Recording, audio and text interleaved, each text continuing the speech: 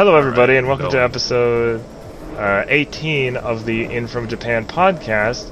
The podcast where we talk about the latest news on Japan-developed games and other things in relation to them. And I'm your host, Erroll Moss, as always, with my co-host, Jason Carter. Hey, hey.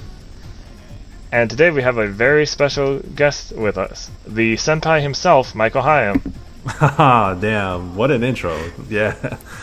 Thanks for having me, y'all. It's wild because I always engage with Jason on Twitter, and obviously I met Erroll through at GDC a couple years back, and then because Erroll follows a lot of GameSpot stuff and hits up the chat all the time, is always there to support us.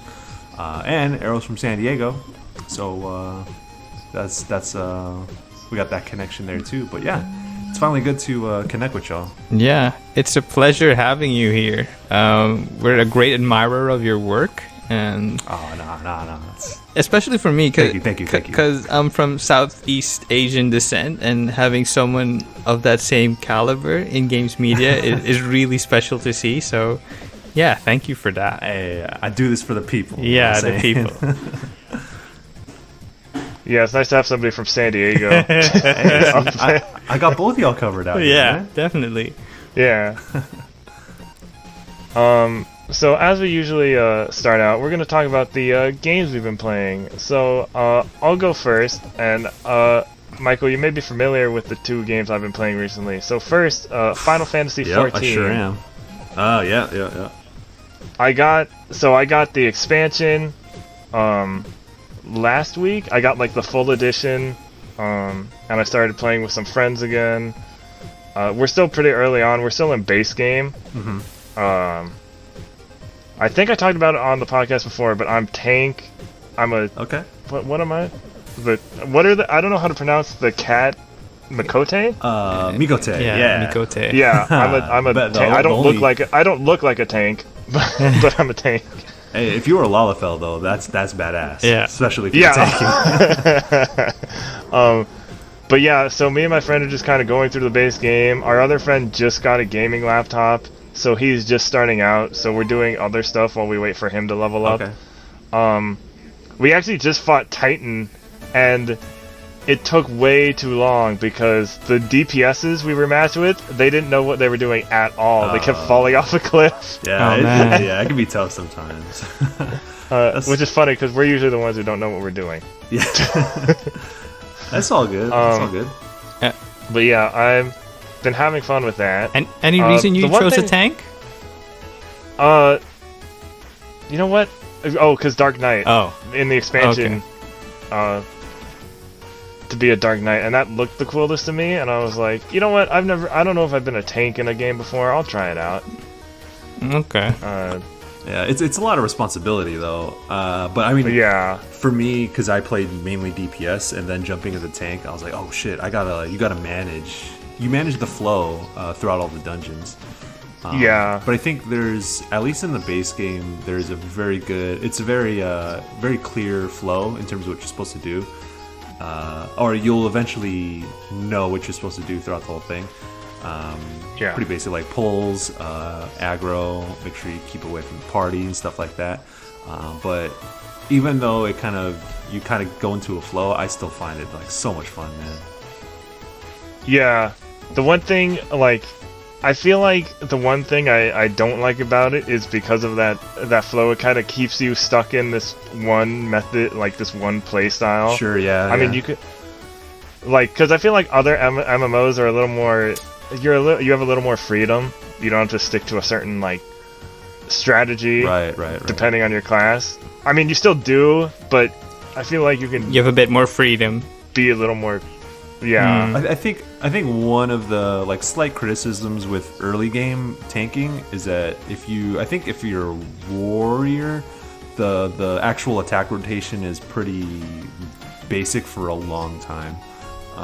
Yeah, I'm a gladiator. Okay, I think that might be the one, or I think either one has a pretty basic rotation. But once you get to your upgraded job, then it opens up big time. But for a while, it is kind of going to be.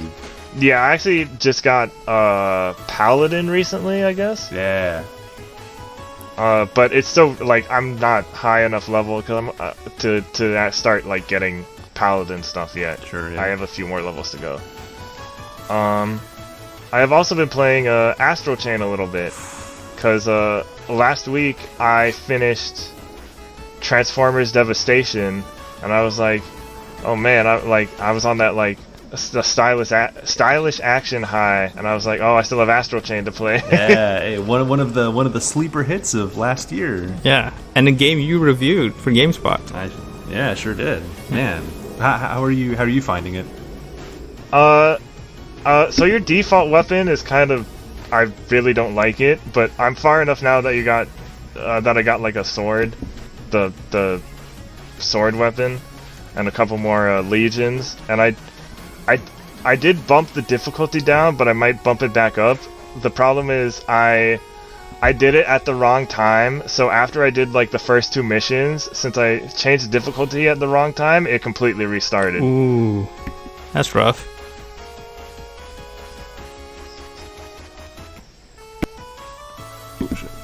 Yeah, I think it's a little weird how they handle like save states in that game, so it's not like entirely clear. Yeah. Yeah. Okay. But it's actually kind of good because I guess I left it on and put my Switch to sleep. So I had like 50 hours after I just did like the first mission or something. Oh yeah. So it reset itself. Not that it like anybody else can see it, but still. Yeah, it's like, oh, if I want to like track my progress. Yeah. Yeah. Yeah. But yeah, I'm having fun with it. Yeah, it's very different from other Platinum games, and I liked it for that because, I mean, obviously I love the stylish action like Foundation. Just give me Bayonetta any day and I'll play it. But I was kind of surprised with the direction that they went because it's once you get all your legions. And once you kind of encounter a lot of the different enemies, you're going to be using a lot of the different things, like switching between guns and the big sword and your stun baton, and then switching between legions. It becomes, and the way you can slow time to switch between those things before you plan your attack, it becomes a lot more strategic than your typical stylish action game. And I really like the flow of that.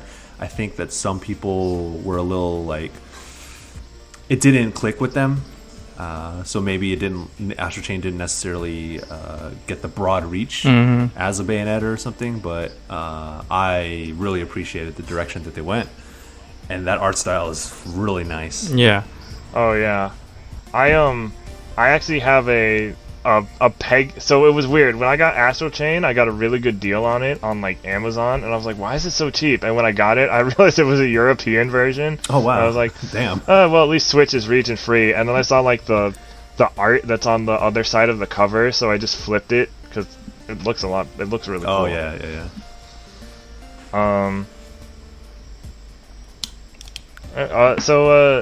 Now to Jason, what have you been playing? Well, I recently finished Final Fantasy VII Remake.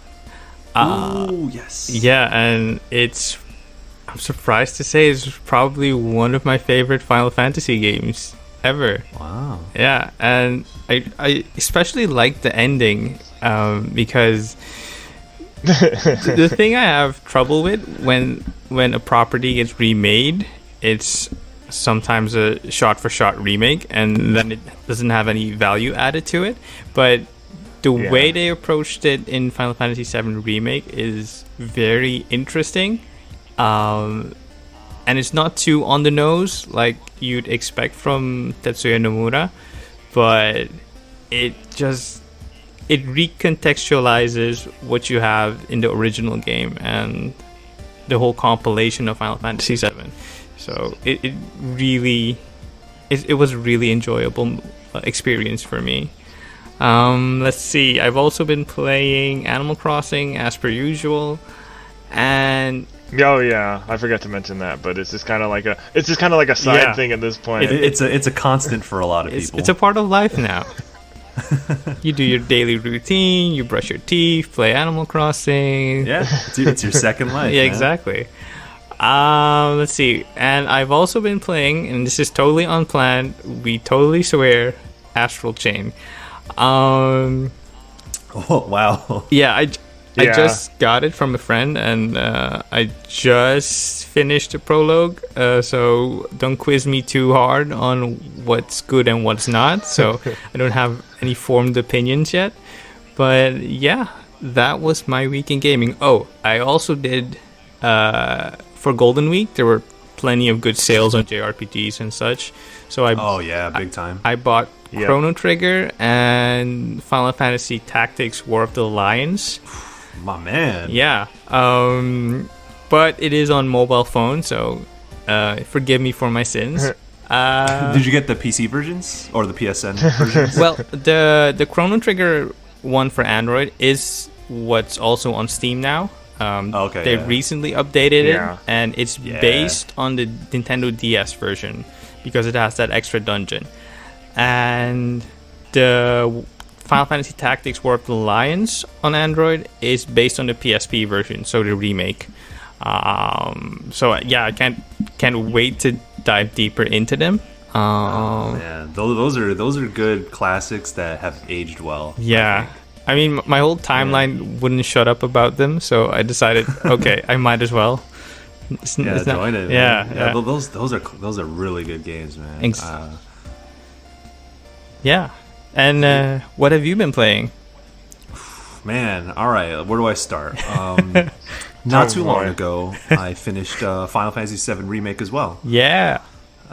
So it's interesting because in one hand, I agree with you, Jason, that like I appreciate how bold it is in taking liberties with what we know Final Fantasy VII as. Yeah.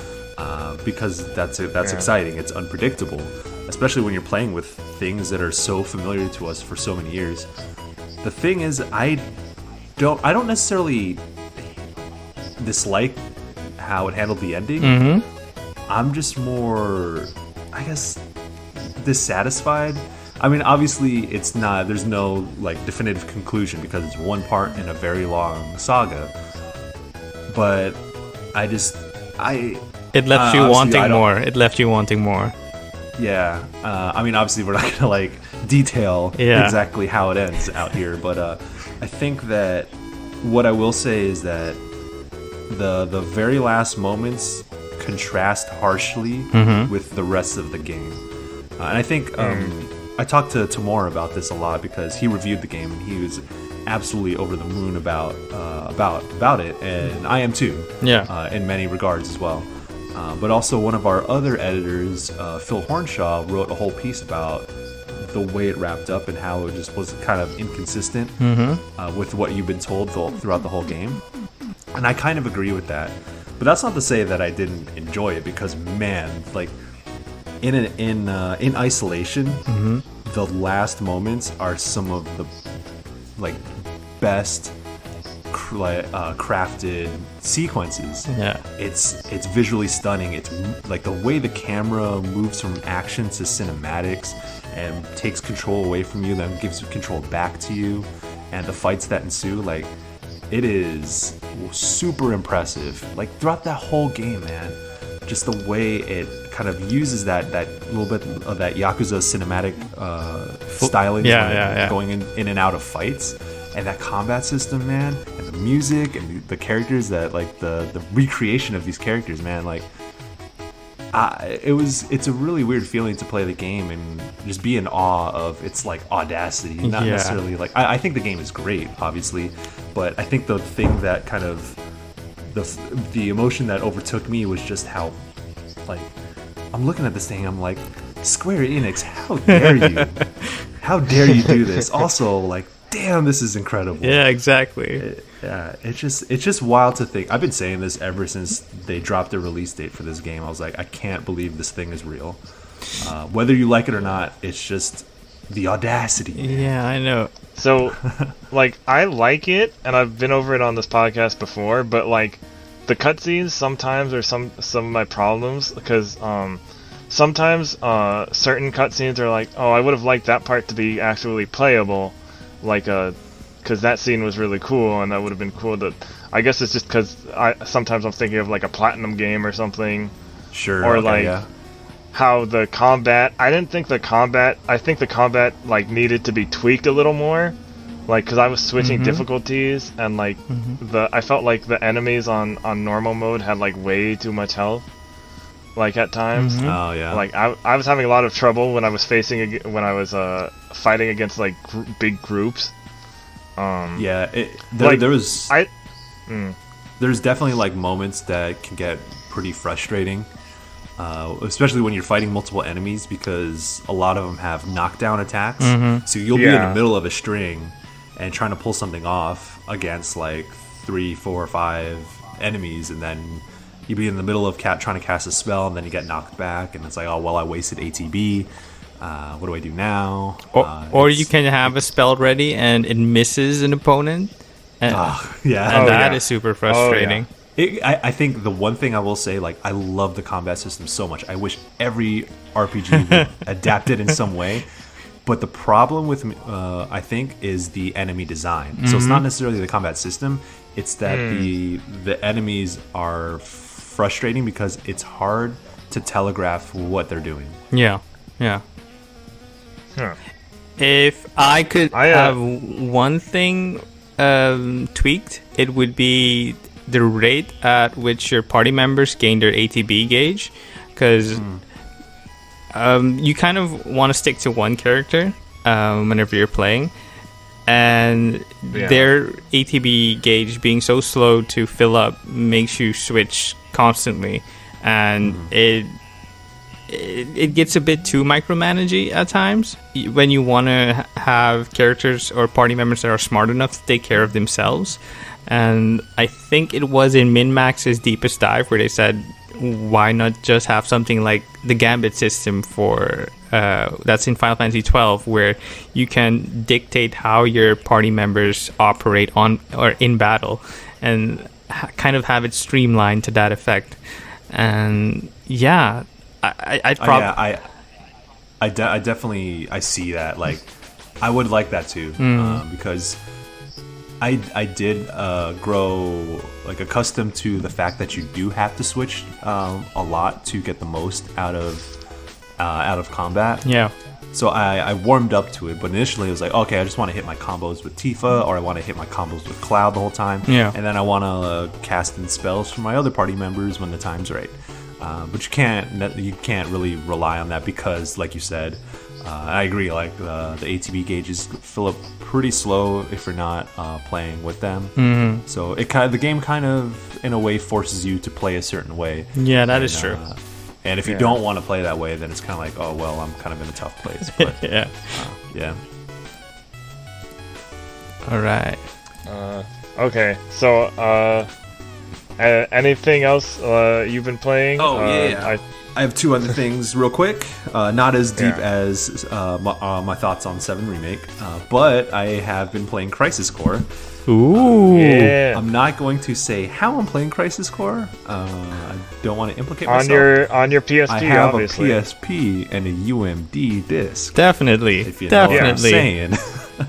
Yeah. The thing is, though, like, I'll just say that I'm glad that I have played Crisis Core leading up to or during my experience with the 7 Remake. And Crisis Core is, for a PSP game in like 2008, 7 or something? Yeah. 2009, this game is still impressive. Like, cinematically, like, holy shit. Like, y'all pulled this off on a PSP? So you finished it, right? I'm like on chapter 10. Okay, so you saw the best scene, the fight scene, which is like one of my favorite scenes ever in anything. Between who? Genesis, Angeal, and Sephiroth. Oh yeah. That's so hype. I'm like, y'all did this with a PSP game, and the thing too is like Crisis Core has like wild implications for Final Fantasy VII. It's not just a spin-off. It's well, I mean, it's a spin-off, but it's really important for gaining like a better understanding of Final Fantasy VII. Like the core game Final Fantasy VII, it looks different now when you know what happens in Crisis Core. Yeah. And it's like, oh, it's just like an action RPG spin-off on PSP for Final Fantasy VII, like some years down the line. Like, I'm surprised that they haven't pushed Crisis Core harder in the new age, I guess. Yeah. Well, I have It needs a remaster. I have a sneaking suspicion they're gonna add elements of Crisis Core into the next parts of Final Fantasy VII Remake. That's what I'm saying, man. Because now you have the whole compilation of Final Fantasy VII, like before Crisis, Crisis Core, Dirge of Cerberus, the movies and the anime, and all that is... Hey, they said remake counts too. Yeah, and remake counts too. It's part 5, Nomura said, I think. Yeah. But now you have all this material that's inaccessible to a huge part of the crowd. I mean, you can still get it, but it's not as easy as, say, having it on your PS4 or your Xbox or PC. Well, Exactly. PC, wink, wink. But yeah, I think they're gonna add some of the stuff to the later parts of the remake, or I'm hoping. Yeah. I was thinking the same thing. Yeah. And there's also towards the end, there's a reason why you would think that, and that's all I'm gonna say. Yeah, and I'm also only going to say that the ending for Dirge of Cerberus also figures into the ending of Final Fantasy VII Remake. It really does. And this is just off the top of my brain, but the wildest shit would be like in the final-ish, like part 7 or whatever of Remake. Yeah. They were like, all right, we're near the end. Boom, here's some remade parts of Dirge of Cerberus. Because that's what I'm thinking, like, oh, in part 2 or 3, they're going to like intersperse remade pieces of Crisis Core. Yeah. That's how I would predict that they would retool Crisis Core for further ones. But I mean, like, we're just coming up with like fan theories. We're just spitballing here. Advent Children is now playable. That'd be fucking wild, man. But yeah, Crisis Core is dope. I'm impressed with the PSP game in 2020, and yeah, that's pretty much it. All right. And you have you want to mention Sakura Wars real quick? Right, yeah, I'll just mention Sakura Wars. I'm still pretty early. I got the game before launch, but I've been juggling so many games, so I haven't really dove deep into it. But shouts out to my boy Ben Janka, who's also from GameSpot. He beat Sakura Wars in like a couple days. He was super into it, so now I'm like even more hyped to go back to it. Well, dang. I was like, oh, okay, shit. I was the one saying like, oh, y'all should play Sakura Wars. I played like the first 2 chapters, and like I was feeling it. It's a little tropey in terms of like anime bullshit. But it's very enjoyable. But those are the best kind. Yeah, I mean, hey, if you're looking for some like grade A anime bullshit, Sakura Wars it's really well made, I think. Yeah, I'm definitely excited for that because the main character designer is Kubotite or Kubotaito from Bleach, and he's my man, and I want to support that. Yeah, character designs are really good, and like the Bleach influence kind of shows. Yeah, definitely. Alright, so moving on to the next section real quick, our In From Japan J-List, where we talk about recent video game related movie and TV news real quick. This is only related because of how hyped I am for Project GG. Because it's literally Ultraman, just not called Ultraman. I'm actually not familiar. What Project G... Yeah, what's got you hyped up about this? Project GG? Yeah. You've seen the trailer for Project GG, right? The Platinum Games. Yeah. So it's basically based on the giant hero genre. So Ultraman, Gridman, a couple other things. Ultraman would be the most popular. Because it's Kamiya, you know, he Beautiful Joe is influenced by Kamen Rider. Right. What's it called? Wonderful 101 is influenced by Sentai a bit. And this is like finishes his hero trilogy, as he says, with Ultraman. Oh, yeah. Like Ultraman inspired. Yeah. Astral Chain is inspired by JoJo. Yeah, big time. Yeah. It's like everything's coming full circle. And I'm a big Tokusatsu fan. Actually, in Astral Chain, the way they like attach their thing and like the movement they do before they capture a legion is like that's totally like a Tokusatsu type movement. Before they like transform in like shows. But anyways, Subaraya is gonna have like I'm not gonna go over all of it, but they're basically adding a bunch of Ultraman series to their YouTube channel, which some of them will be I think some of them will have closed captioning and English subtitles, and some of them won't. And of course, it also depends on where you are, unless you have a VPN. But Subaraya is trying to like just expand Ultraman more, and I really like that, because if people are more familiar with Ultraman, I'm guessing that people will be more interested in Project GG when it comes out, whenever that is. Yeah. So that's just a little quick thing. And then I think there are like a couple Ultraman series on like Verve and Crunchyroll and Prime Video. And yeah, so if you need any Tokusatsu recommendations, I'm working through the original Kamen Rider, and then I don't know where I'm going to go from there, but I'm trying to get back into those types of things. Cool. So next up, recommended reading, watching, and listening lists. So I'm just going to list these off real quick and put the link in the description. So we have From Ehrgeist to Kingdom Hearts, The Many Faces of Final Fantasy VII's Cloud Strife by Sato over at Siliconera. Ted Woolsey remembers Final Fantasy VI, Evading Nintendo's censorship rules and the early days of localization by Nadia Oxford, US Gamer. I read that one. That I would highly recommend that one. It's very fascinating because one, Final Fantasy VI is one of the best. Definitely. Final Fantasies, but Nadia Oxford did a really good, incredible job for kind of giving the full picture of who Ted Woolsey is and what his role is in like the weird implications of old school localization. It's fascinating. And we got Yakuza was brought to Microsoft and Nintendo originally, and both refused, by Imran Khan over at Game Informer. This is actually an old article. It popped up because he retweeted it. I think the other day after the Steam announcement listing. Yeah? No, after the Steam listing was leaked. Trials of Mana's Angela is an incredibly practical ally by Jenny Latta at Siliconera. The Big Interview, Xbox Series X development chief Jason Ronald on power, price, and that new boot screen by Wesley Yinpool at Eurogamer.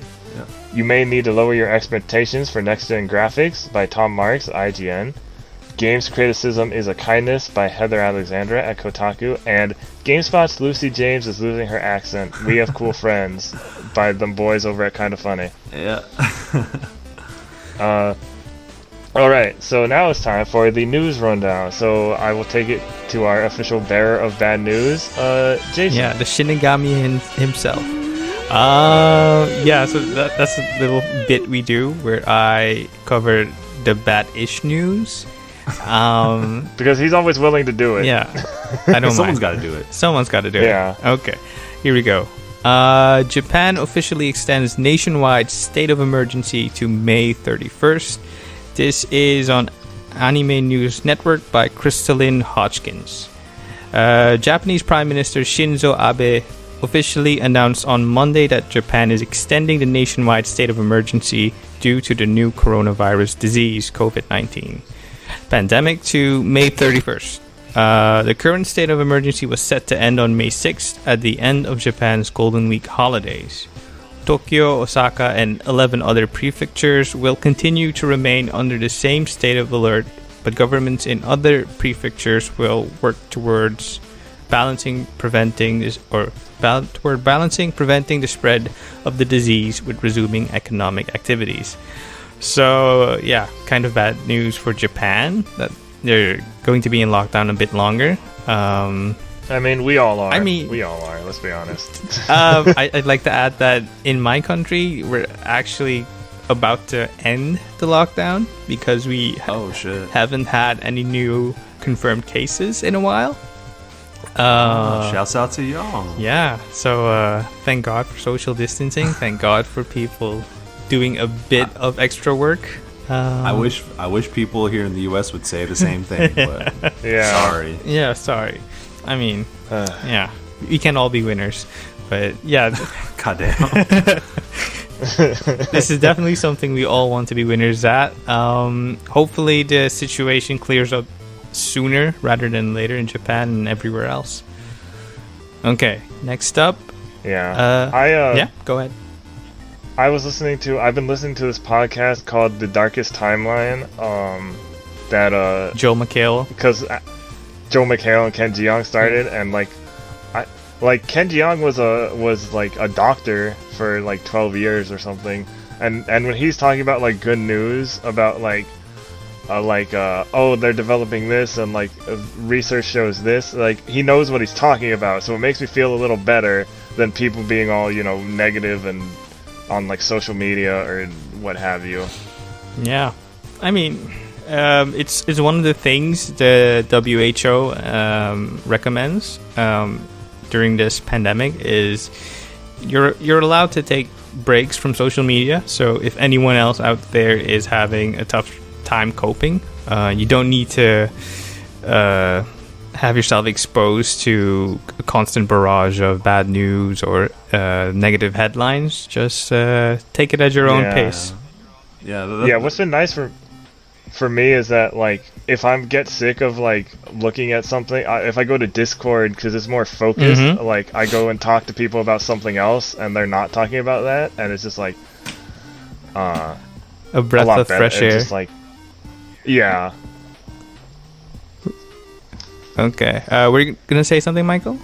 Oh yeah. On the note of like taking breaks from social media, it's I mean, it depends on like who you follow, of course. But man, it's really weird because it's a mix of like bad shit, but also in isolation, your options for social interaction are of course limited. Yeah. And obviously, like seeing like the folks that I follow and keeping up with them has been like a big relief. Like I'm tweeting more, for better or worse, but I'm like hitting up people's DMs. I'm replying, and we're like having good conversations over social media, and it's really helping filling the gap of not being able to go into work in the office or like actually hang out with people after work or over the weekends.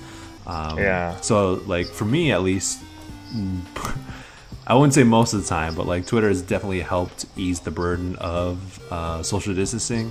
But at the same time, that's also where we get our news. So you can't exactly shield yourself off. And in a way, I think that you shouldn't completely shield yourself off because you should know what updates are.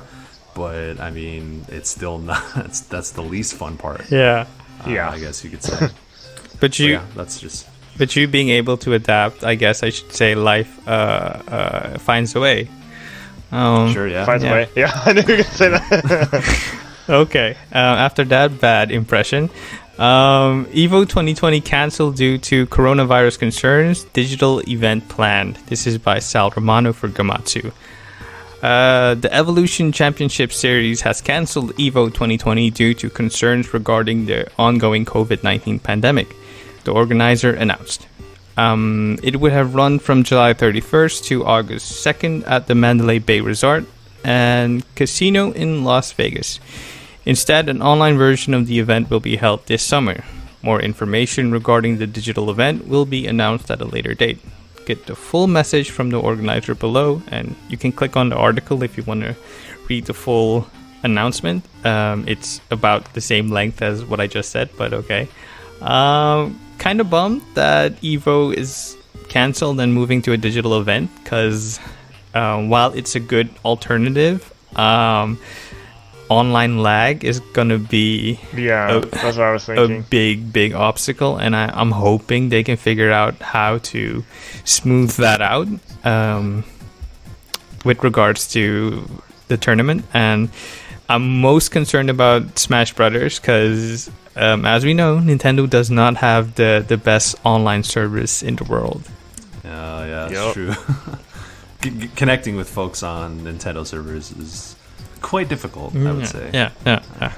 A hassle. Damn, that. No, go ahead. No, go ahead. I was just gonna say, like, I went to EVO last year, and man, EVO is one of the best events that I've gone to.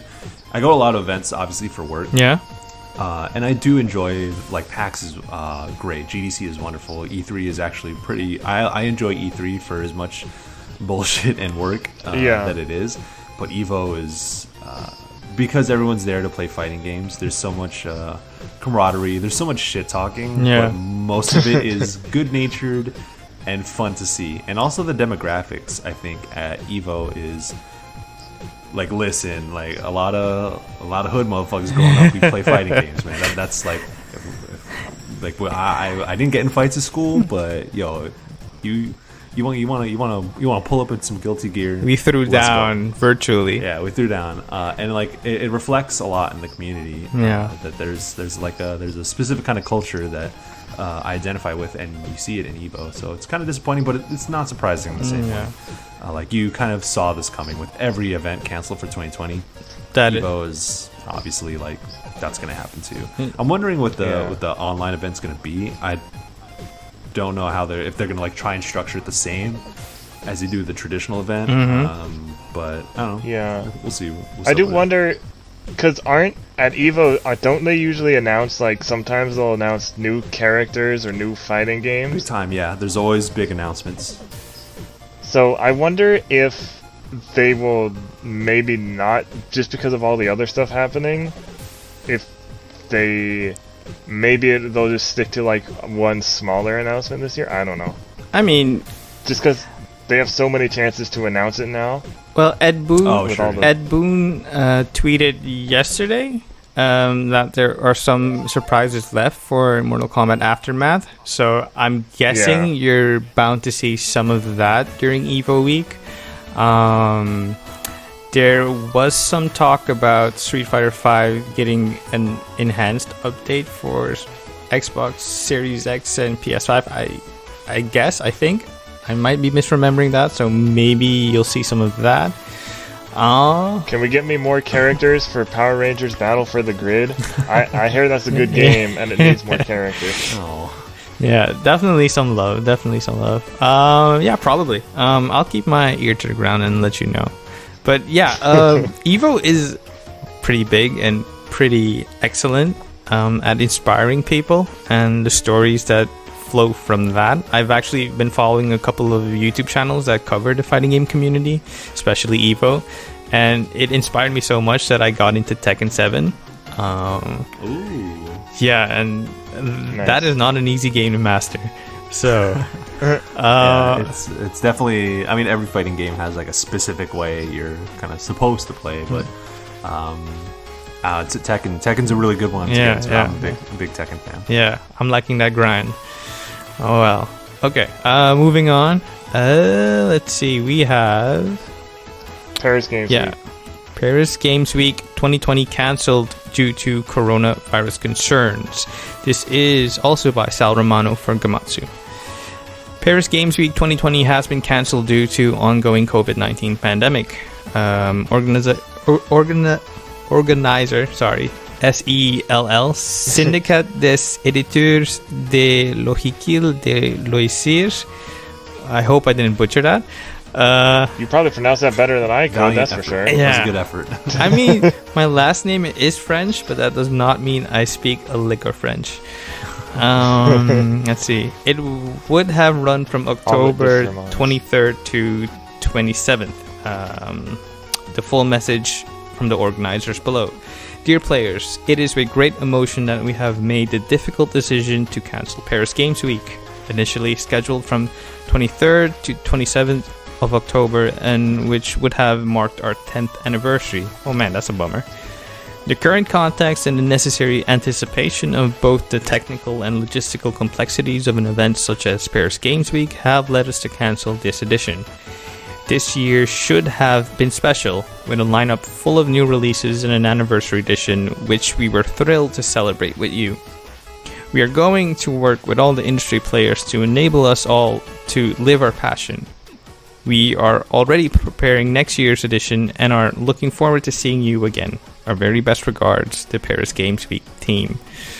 Yeah, this is a bummer, especially for the 10th anniversary edition. Well, you know, Michael, hopefully GameSpot can also take over for Paris Games Week this year. I mean, there's actually a lot of competition for covering games this coming summer, but you know, There sure is. we all got some things planned. Okay. Yeah, that's gonna be our main topic. Yeah, I'll definitely I can give some details as to what we're doing Cool. specifically. Yeah. All right. Next up, Nintendo likely to internally delay future games as a result of COVID-19. This is by Hiram Cryer for US Gamer. Earlier today, Nintendo announced financials for the current fiscal year, including monumental sales for Animal Crossing New Horizons in 6 weeks on the market. Buried within the briefing, however, was talk of how COVID-19 has impacted development for future Nintendo games. You can check out the full recap of the briefing in the tweet thread below by longtime Nintendo fan translator David Gibson. As one of Gibson's tweet notes further down in the thread, the COVID-19 pandemic has forced Nintendo developers to work from home in Japan, which has had a significant impact on the development of future titles. Internal delays to Nintendo's development schedule has been backed up by longtime industry analyst Daniel Ahmed in the tweet below. It should come as relatively little surprise that Nintendo might have to reschedule the launches of games that were originally planned for the latter half of 2020. Words. Difficult.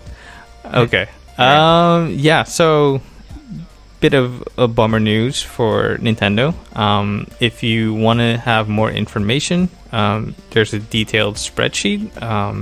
Here's the thing about this. I've seen people complaining about how Nintendo's first party output for the rest of the year doesn't look that strong, and I'm like, okay, but there's a pandemic going on, and it's like, relax. Yeah.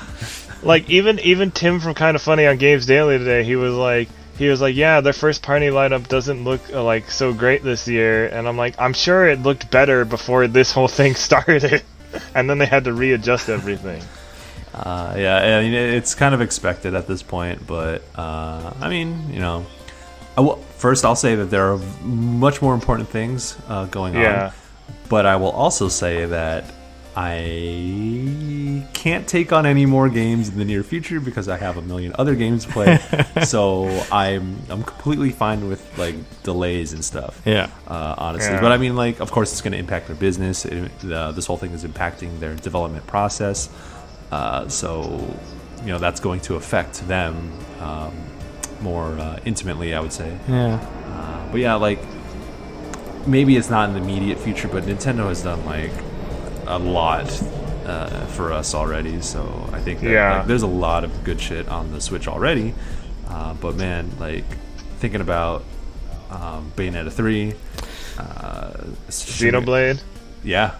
Xenoblade remastered. That's coming out soon. Yeah. So at least that can hold you off. But yeah, but also the big marquee Nintendo games that I got my eyes on for the future. Mm-hmm.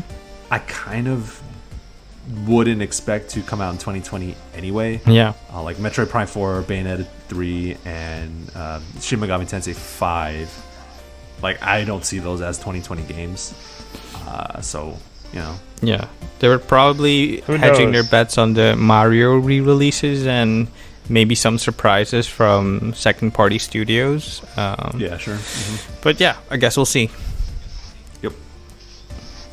All right. Do you want to go? I'll take this one. Yeah, I'll take this one. So, massive Nintendo leak reveals Wii code, Nintendo 64 demos, and early Pokemon designs. This is by Lucas White at Siliconera. So, what is being reported as a massive data breach from a Nintendo-adjacent company has brought an unprecedented amount of hard data to public eyes. This information runs the gamut. Is that how you, I don't know. Yeah, gamut. From early design work on games like Pokemon to just about everything you could possibly want to know about the Wii console. We won't point towards the information itself due to the ethics of sharing stolen info, but as far as the event itself, this could be one of the biggest leaks in the medium's history.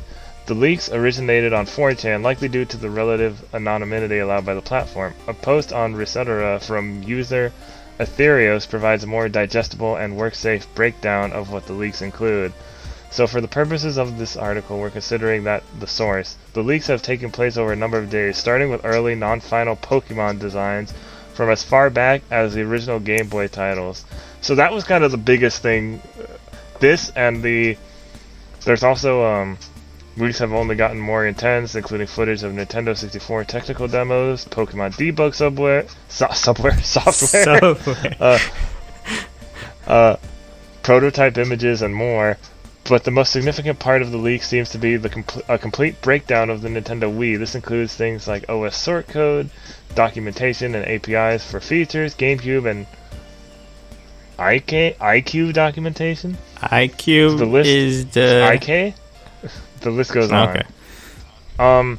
It's kind of good for like, not, even though it's leaked, which is unfortunate.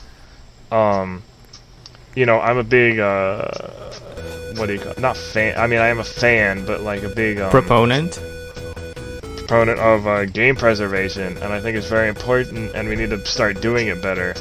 So like, this is useful for people for helping with game preservation efforts, because Nintendo is very secretive about their old stuff, and also the Pokemon thing. I saw a lot of the images. I'm fascinated by unused Pokemon, and like, because you see some of the development. So we find out. Do you guys both know the unused Pokemon Kotora?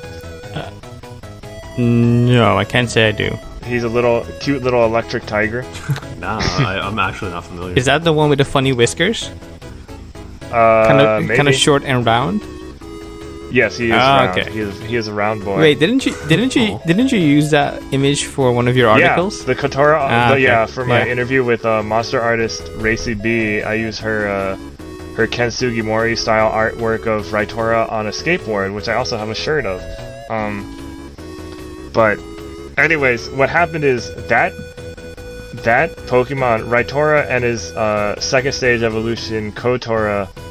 And he had a third stage evolution, but that was cancelled earlier than the other two. So they were going to be put in Gen 1.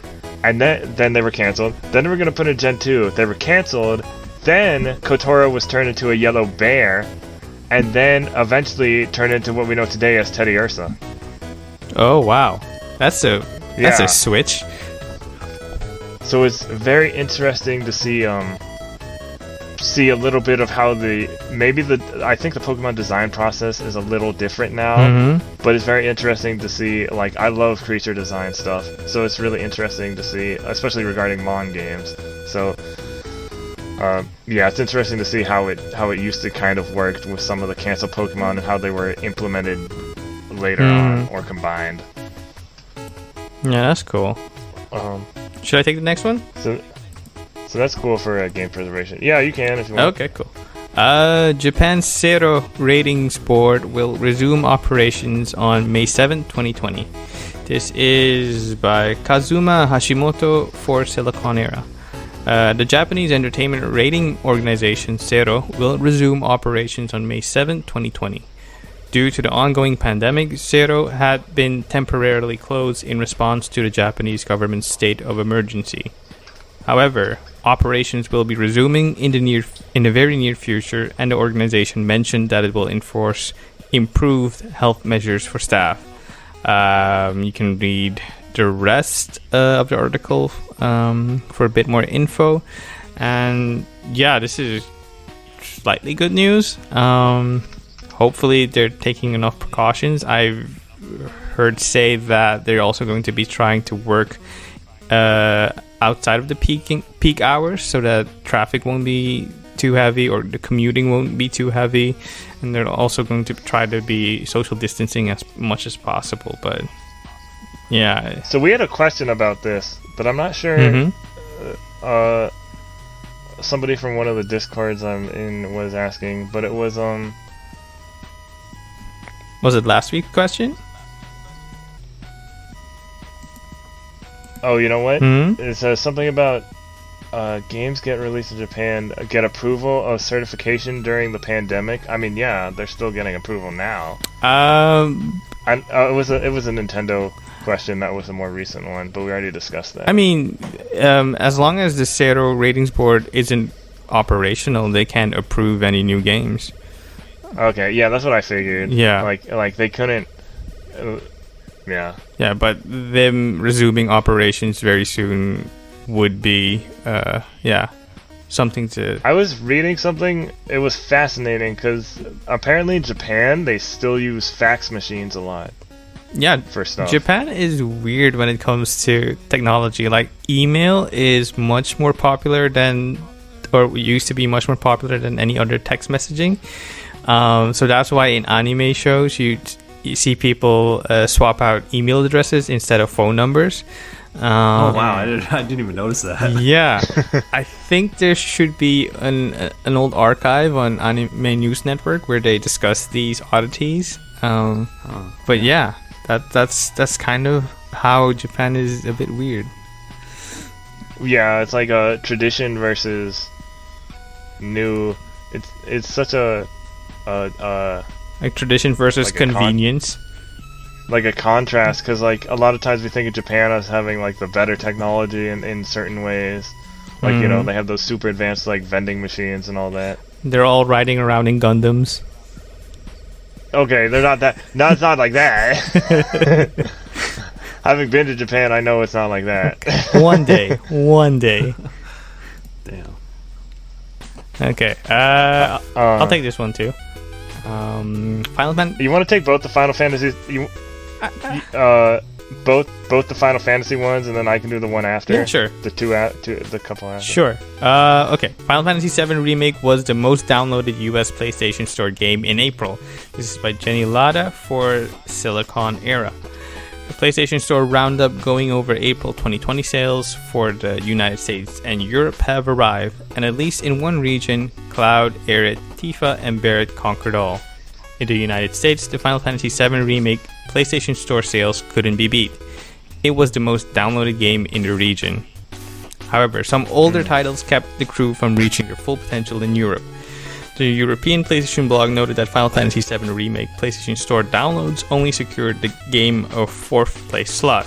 In that region, Grand Theft Auto 5 came in first, followed by FIFA 20 and Call of Duty Modern Warfare. Like, FIFA makes sense. Europe loves soccer, so... Grand Theft Auto 5 is the game that doesn't stop selling. Yeah. It doesn't stop. Dog, that shit's been in the top sellers list for the past fucking 7 years, man. Doesn't everybody have... Well, I guess I don't have it, so I guess not everybody has it. But yeah. Waiting for the Switch port. Oh well. But yeah, this is looking good for Final Fantasy VII. Hopefully this fills Square with enough confidence to just go all out, full Yakuza on part 2 of Remake. Let's go, baby. Yeah, hoping for it. Okay, and the next up article is Final Fantasy VII Remake Part 2 still in conceptual planning stage. This is by Alistair Wong for Silicon Era. More of the staff interviews regarding Final Fantasy VII Remake release via Final Fantasy VII Remake Ultimania, okay, this is a weird sentence, have been posted on the internet by Aitaiki Mochi. Okay. In one of the latest parts of a discussion, co-directors Motomu Toriyama and Naoki Hamaguchi and battle director Teruki Endo talked about what will happen in a Final Fantasy VII Remake Part 2. Oof. Including going over the larger world outside the city of Midgar. Okay, so there are spoilers below, so I won't read it out loud. If you want to know more about it, you can click on the link. But interesting stuff. And yeah, stuff to look forward to, I'd say. Oh well. Okay. Yeah, it's gonna be a while. Yeah, they're nowhere near done. Yeah, that's one of the like disappointing parts of 7 Remake is like, damn, I want more, and I want it now. I want it now, right? Yeah. But considering just how deep they're going in on that. It's kind of expected that you're going to wait a long time. Yeah. I mean, I think I did an article on GameSpot, kind of like tracking, like a little while back, tracking where Part 2 remake is at based on the things that they've said. And so, like in 2015 was the first time that they revealed actual live gameplay. And like confirmed that it was in existence. So it was like a 5-year gap between announcement and release. But by all accounts, they said like, okay, we have the combat system established. Like we know Unreal Engine now. So and we're already in the midst of creating the next part. So 2 to 3 years does seem like a long time. But at least it's not another 5 years. Yeah, they already have the engine in place and some of the assets and the character data, so they could speed it up with that. But and they've said as much that like, okay, we're like, don't expect as long a wait for the next part. So it gives me hope. Yeah, because Nomura said if we divide the stories into smaller chunks, we can put them out quicker. But if we have to do bigger chunks of the story, you're gonna have to wait a bit longer, which makes sense. Imagine that though, like they like in 2027 or something, they drop like a 300-hour game on you. Yeah. Oh my god. In a way, I'm kind of thankful for this approach because you can digest these different parts. Yeah. 40 hours is a godsend. It's so brief and it's so sweet, and it doesn't outstays it welcome. So I'm so happy with it. Yeah. I'm often looking up how long to beat, like looking up times, like average times on how long to beat for everything. So I'm just like, okay, so how long will this, like with Astral Chain, I'm like, well, it's a platinum game, so it probably shouldn't take that long. It was like, average time is about 20 hours. I'm like, okay, that's not bad. Alright, so next story is Free Funimation Con 2020 will be held July 3rd and 4th. This is from Jenny Latta over at Silicon Era. While multiple conventions are taking a year off as a result of the COVID-19 coronavirus pandemic, it's providing an opportunity for other companies to try something new. For example, Funimation is launching its own anime convention. Funimation Con 2020 will be held entirely online between July 3rd and 4th, 2020, and it will be free for everyone in certain regions to attend. In its announcement, Funimation noted that this will be a virtual live-streamed event for anime fans. It did not note exact people or series that will be represented at Funimation Con 2020. However, it did confirm that there will be voice actors attending for live reads of shows or to take part in Q&As with fans. There will also be virtual industry panels which could lead to news or reveals. Interactive events with cosplay contests specifically mentioned might also provide a chance for fans to still participate from a distance. Given the overlap between games and anime, this could lead to opportunities for people to learn more about series that are going to be getting games, like Demon Slayer and new adaptations of older shows, like the upcoming Bleach anime. Yes. I'm sorry. Another fun... what's interesting to me about this is because I've been covering Anime Expo for the past 2 years, and this is taking place the time that Anime Expo would have been. So I do expect maybe a game announcement or two. I don't expect like big games because, there are always some anime-related mobile games they announce like whenever. Well, and they do have a good partnership with Bandai Namco, I'm guessing, because a lot of Funimation properties are adapted into video games by them. So, stuff to look forward to. Maybe we'll see more of that Scarlet Nexus. Fingers crossed. Yeah. We have a new story for that, which we'll get to. We'll get to that. But yeah, it's just nice that we have alternatives because, I've said it before, I love covering conventions, getting to see friends, and like just getting to, I don't know, being press at a convention, even though you're kind of, in a way, you're like, you are, especially if you're a freelancer, you are kind of competing with other people since you're covering the same thing for different sites, but you're also, there's like a sense of camaraderie that you can like talk about the games and be like, oh, I didn't see like like, and like, oh, I didn't like how did you like this? And Yeah, then, like, big time. I don't know. Yeah, that's one of Man, my I favorite miss it. things. Like at PAX, like there's a press room and I see a lot of familiar faces, and I'm like, oh shit, hey, what appointments have you hit up? And I like when you see something dope, you just tell people like, yo, you should go down and see this thing. I did that a lot at the at PAX East earlier this year, and I checked out some cool games people recommended to me that I wasn't gonna see, and vice versa. Damn, man. Yeah. I miss conventions. It hasn't even been like 3 months. We'll have them again someday. Yeah. One day. Soon. I mean, I'm wondering when the Final Fantasy XIV Fan Fest is going to announce cancellation. Oh, I was so excited for that too, because that was down here. No, dog, do you know how hyped I was to know that Final Fantasy XIV Fan Fest was in San Diego? Hey, it was supposed to be in September, right? I think October, maybe, or November. I thought it was September. Let me see. I think it was supposed to be November, so I kind of have hope that things will be I okay. could have by sworn then. it was September, but maybe I'm thinking of TwitchCon. Damn, that's wild though. Like, man, yeah. But we'll see. I feel like overseas they've been a lot more cautious, as they should be, coming over to the U.S. because the U.S. doesn't have their shit straight, and so That's- I mean it's Oh yeah, you're right. It is November yeah. 6th. yeah. There's still hope. There's still hope. It's not a them problem. Every other country has been like mostly doing their thing, but us it's gonna be an us problem, whether or not that's Yeah. gonna happen. Well, there is also. Well, there was that article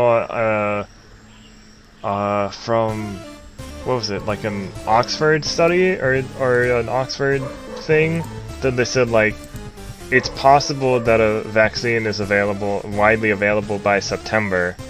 Well, I don't know. And I'm sure that's being optimistic, but I like being optimistic. props to you, man. Props to you. If it's around that, hey, it could be, as long as it's before. Let's get that before the Final Fantasy XIV Fan Fest. Hey, we gonna tear it up, Erroll. Yeah. Yeah. Okay. All right. Should I take this one? Either one of us can take it. I'll take it. Yeah, as you can see, we never decide. Sometimes we decide who takes what, and other times we just do it as we go. We flip a all coin mid podcast. Yep. And we don't even have a coin. Yeah. Okay, you take it. Alright, so Japanese indie games label Yokaze established.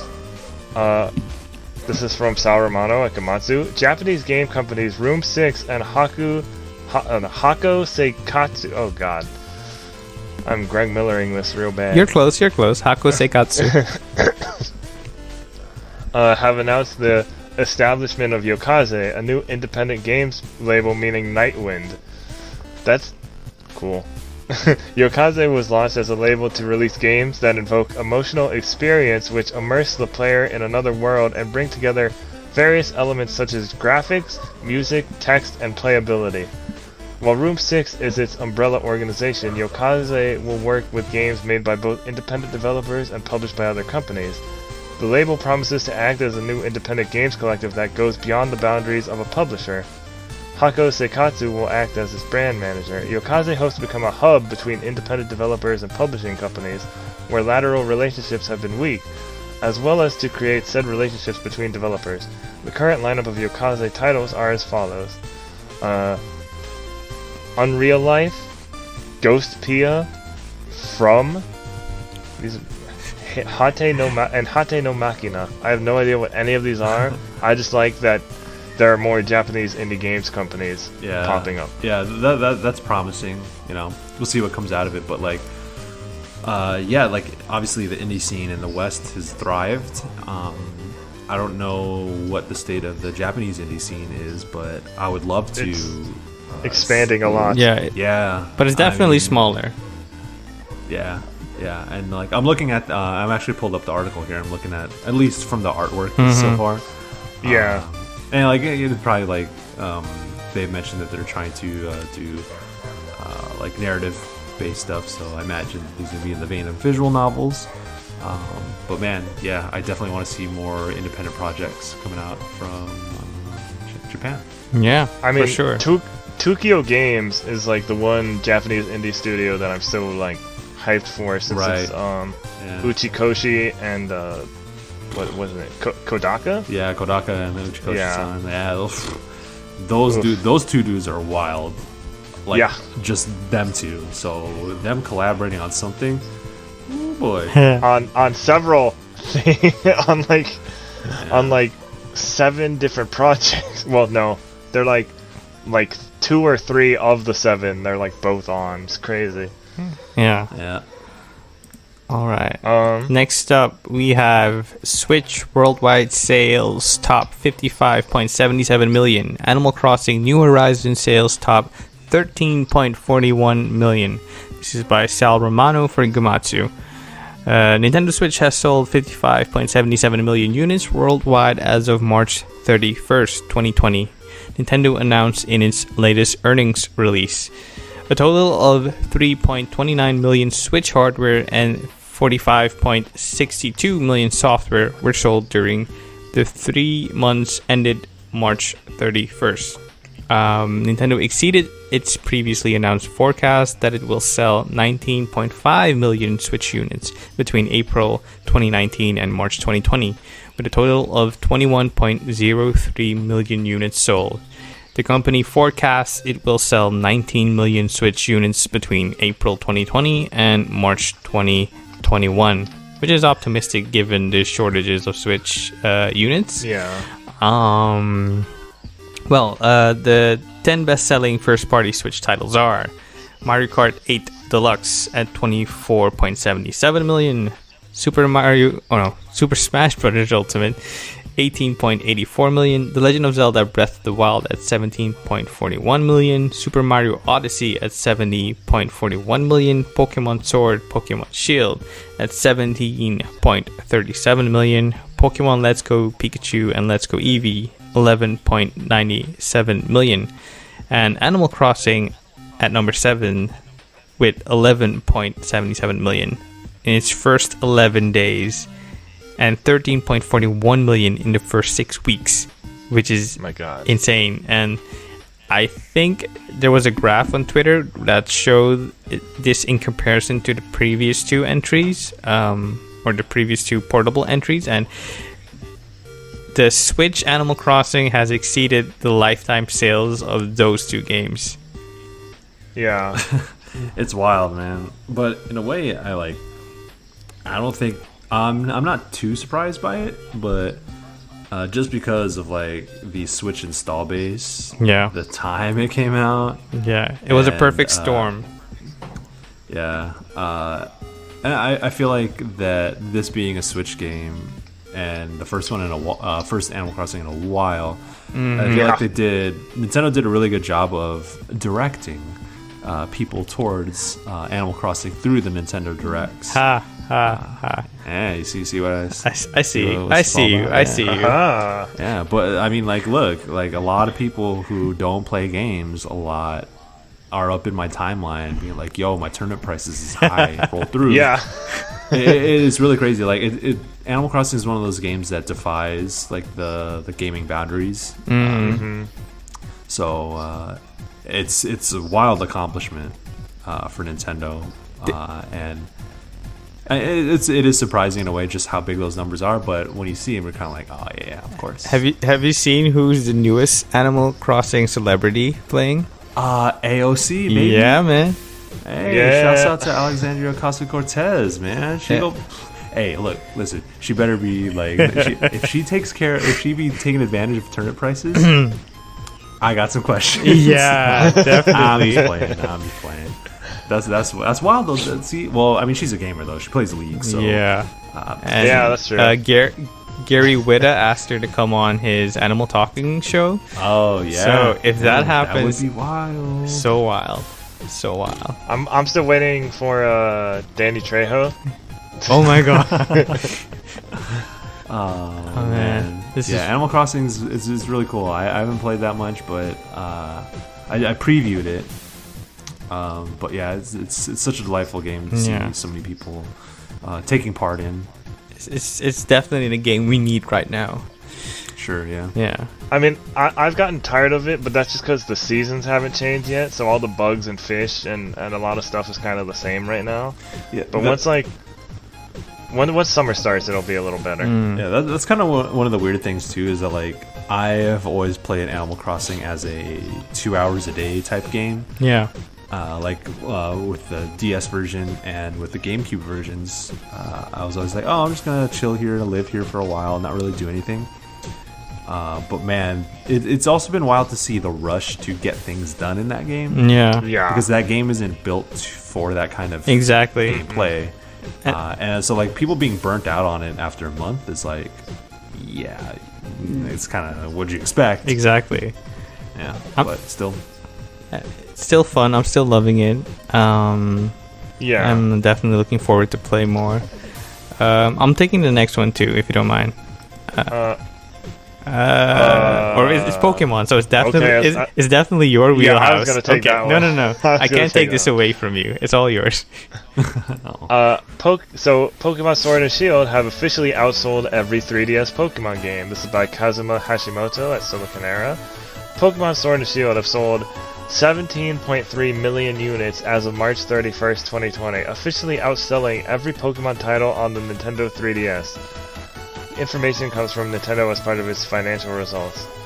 The chart above illustrates how little time it took for Pokemon Sword and Shield to outsell Pokemon XY and Pokemon Sun and Moon. It took XY 13 quarters to touch 16 million units sold. Sun and Moon, which were released in a post-Pokemon Go world, managed it faster in 5 quarters, but still not as fast as Sword and Shield, which hit 16.6 million shortly after launch and continued to sell over the next few months. The only Pokemon games Sword and Shield have not outsold are Red, Green and Blue, Gold and Silver, and Diamond and Pearl. While accurate sales figures for Red, Blue, and Green and Gold and Silver aren't publicly available, you can compare Sword and Shield to the other games in the chart above. And they're still providing updates. So I'm kind of like, I'm happy about this, because even after all the flack, like, I know Sword and Shield has its problems, but some people were just going too far with, like, complaining about it. And, like, the DLC, I'm sure the DLC will improve things somewhat. Yeah.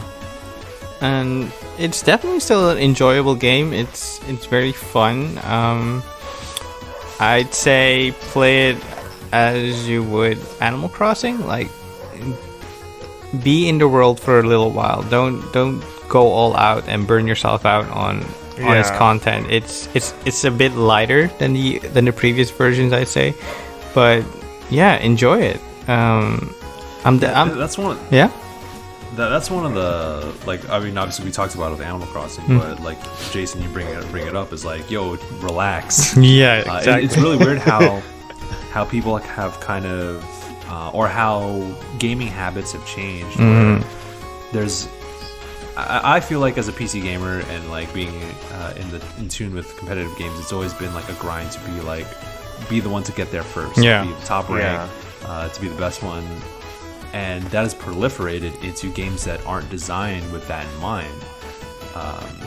Because I don't know why it is. Maybe it's because of like the proliferation of sharing progress in your games and all that. But like Pokemon and Animal Crossing are not meant to be ground out. Exactly. When people approach it like that, there's obviously going to be like, oh yeah, this game doesn't have this and that. Yeah. Like, well, in a way, it's like. It's not that those concerns aren't valid. Yeah. But, that's just not. I don't think these games are designed to be played like that. Exactly, and I'm gearing up to write something on Animal Crossing and how it's teaching me how to play games. Like I'm relearning how to appreciate the time I have, and that's fascinating. And figuring out that I don't have to live in a game for the entire day to get my money's worth, because back in the day I was a huge Destiny player. I practically lived in the tower and had no time for no other games. It was only Destiny, and that's what I ate, drank, and slept with, and it was my entire identity, and I missed out on so many games. But now with Animal Crossing and the shorter runtime for Final Fantasy VII Remake, I'm kind of relearning how to appreciate games as art. Yeah, that's sometimes fascinating. That's like also a problem, like with being a part of like games media is also like a problem for us in that sense that like it's not that we like sometimes we do have to finish a game by or we game for like, review or for coverage, for review or coverage, or just before like there's going to be another big game coming out like not that long after that we're also covering, and it can be hard, and like but like it's weird when like people who don't cover games the way we do are being like having like a similar mentality, and it's like you can take your time. Yeah. Yeah, like you don't have deadlines, bro. Relax. Yeah. Cool. I'll take this one too. Astral Chain sales passed 1.08 million copies. This is by Jenny Lotto over Silicon Era once again. When it comes to Astral Chain sales figures, both Platinum Games and Nintendo didn't really bring up exactly how well the Nintendo Switch's new IP was doing. Now, thanks to the Nintendo fiscal year ended March 2020 financial results, we have a better idea of how it performed. So far, over 1.08 million copies have been sold worldwide, with 910,000 of those sales coming from countries outside Japan, and 160,000 of them being from Japan. Previously, some of the figures and information regarding Astral Chain sales were rather positive, though not exactly detailed until we learned 1.03 million copies had been sold as of January 2020. Our last glimpse into exactly how it was doing came from Famitsu sales figures for September 16 to 22nd, 2019, as it had the game at 46,875 copies sold in Japan by then. That was roughly 2 weeks after its August 30th, 2019 debut. After that, Ryokutia 2089 noted that Platinum Games' Takahisa Tara said the studio was impressed with the game's sales figures. I mean, bro, it is tied with Marvel Ultimate Alliance 3, The Black Order, which also moved the same number of copies worldwide, but it performed better than Super Mario Party. I think it's good to see that. I think, well, one, the Switch is big. Two, like, Platinum's a pretty well-known studio at this point. Yeah, but for like good quality stuff. I think why it's not selling more is probably because people are afraid or hesitant to dive into character action games with timing based combat. Like it might be too daunting for them. Don't be afraid to play on casual mode. Yeah. Enjoy games how you want, however you want. Yeah. That is interesting though. Like, I guess by all accounts, like 1.08 million is good. Yeah. And I'm glad that that many people have played Astral Chain because I like the game a lot. But going into it, it was kind of like. I feel like the concept of Astral Chain was kind of abstracted in a way where like you see Bayonetta and you know what the fucking deal is. Yeah. You see like DMC, like even like Vanquish. You see Vanquish and you're like, oh, I get it. But like something about Astral Chain was a little bit like the way in which it was presented in like pre-release was kind of detached in a way. I don't know. And then once you get into the game, you're like, yo, this game's actually pretty dope. But yeah, I mean, I hope to see. I want to see like maybe a sequel or something built on that. Yeah, because I think they're definitely onto something with that combat system. Yeah. I'll take this next one too. Yeah, because I want the Final Fantasy one. I want the Final Fantasy. Yeah, I know you want the Final Fantasy one. 3DS sales see a 73% year-on-year decline. No future sales forecast provided. This is by Ryan Craddock over at Nintendo Life. Now, I didn't put this in the bad news because, like, this was kind of more of a... Well, yeah.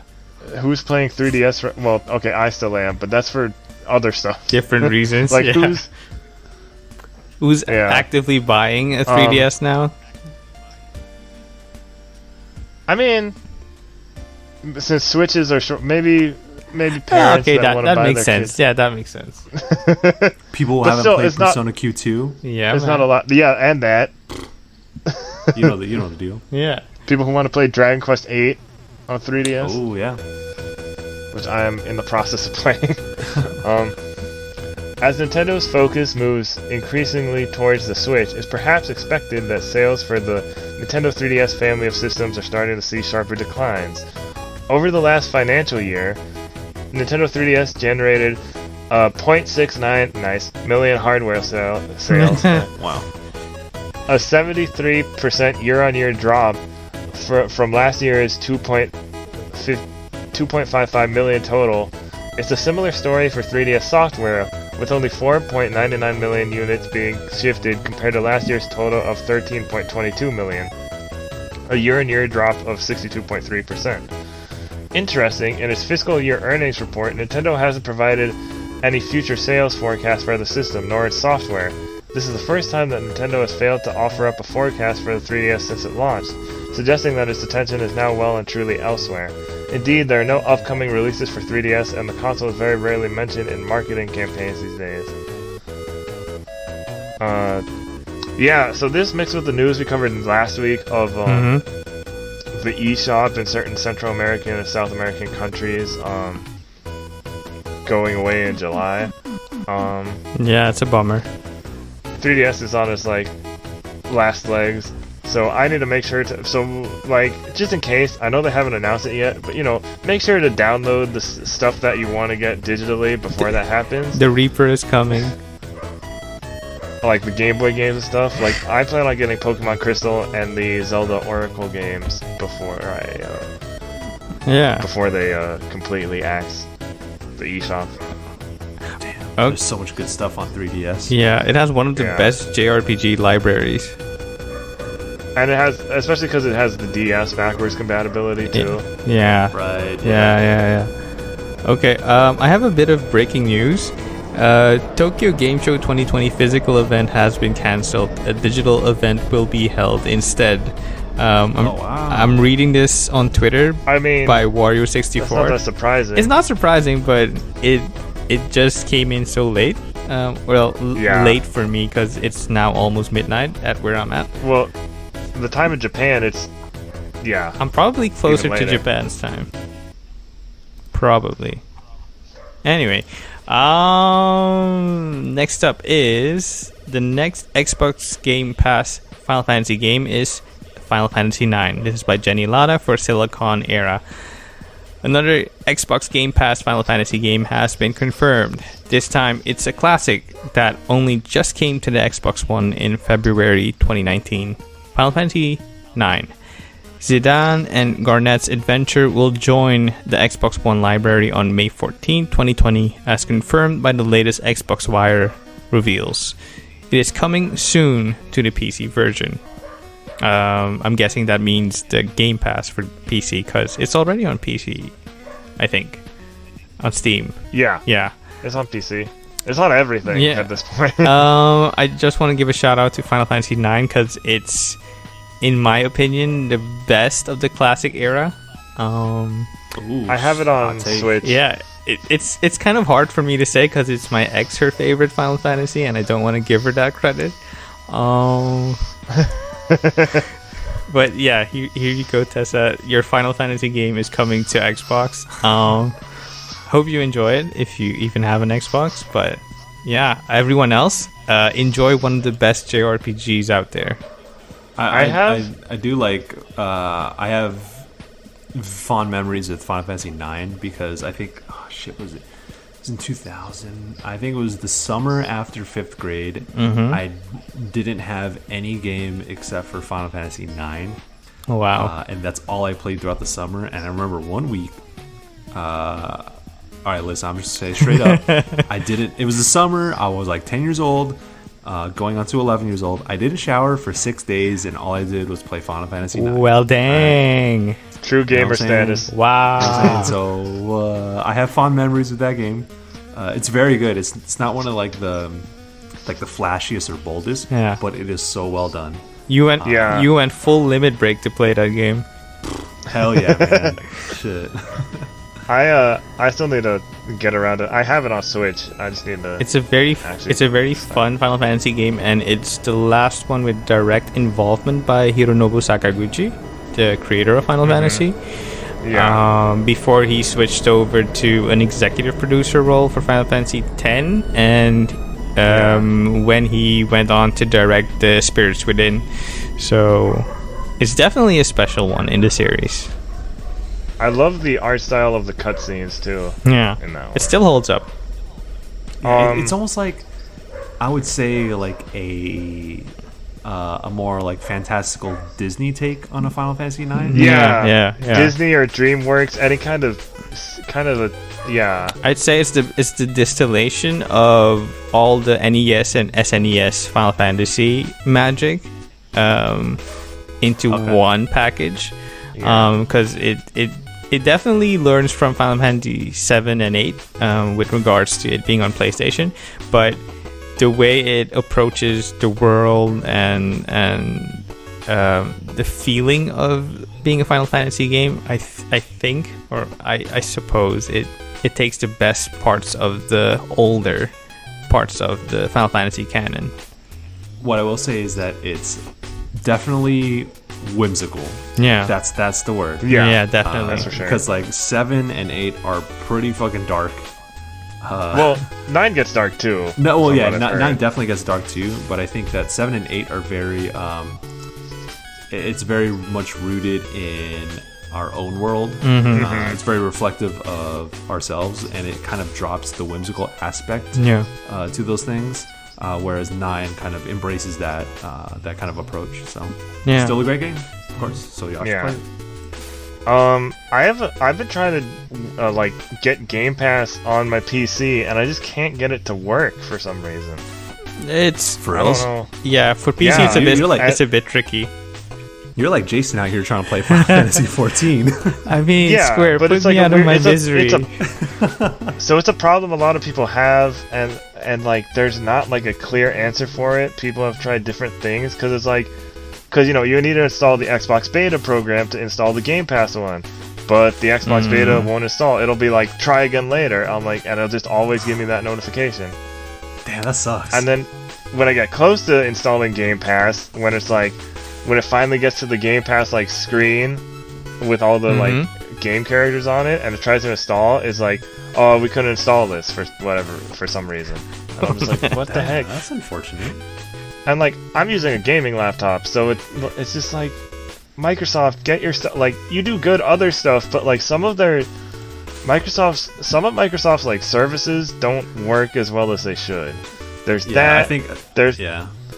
There's the fact that when I tried to make a controller, it just didn't work.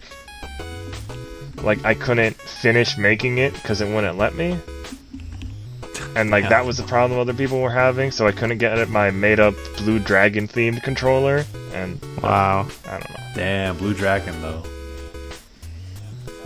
Yeah, I haven't Errol's been played trying it, to but play it. I want to play it. Okay.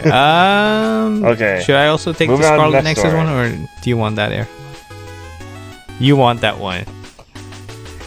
You want that one. Yeah, I want this one. So Bandai Namco announces. It's not really an RPG. I don't know why Gamatsu said that. Well, I'm just gonna say let's- announces Scarlet Nexus for Xbox Series X and Xbox One. This is by Sal Romano at Gamatsu.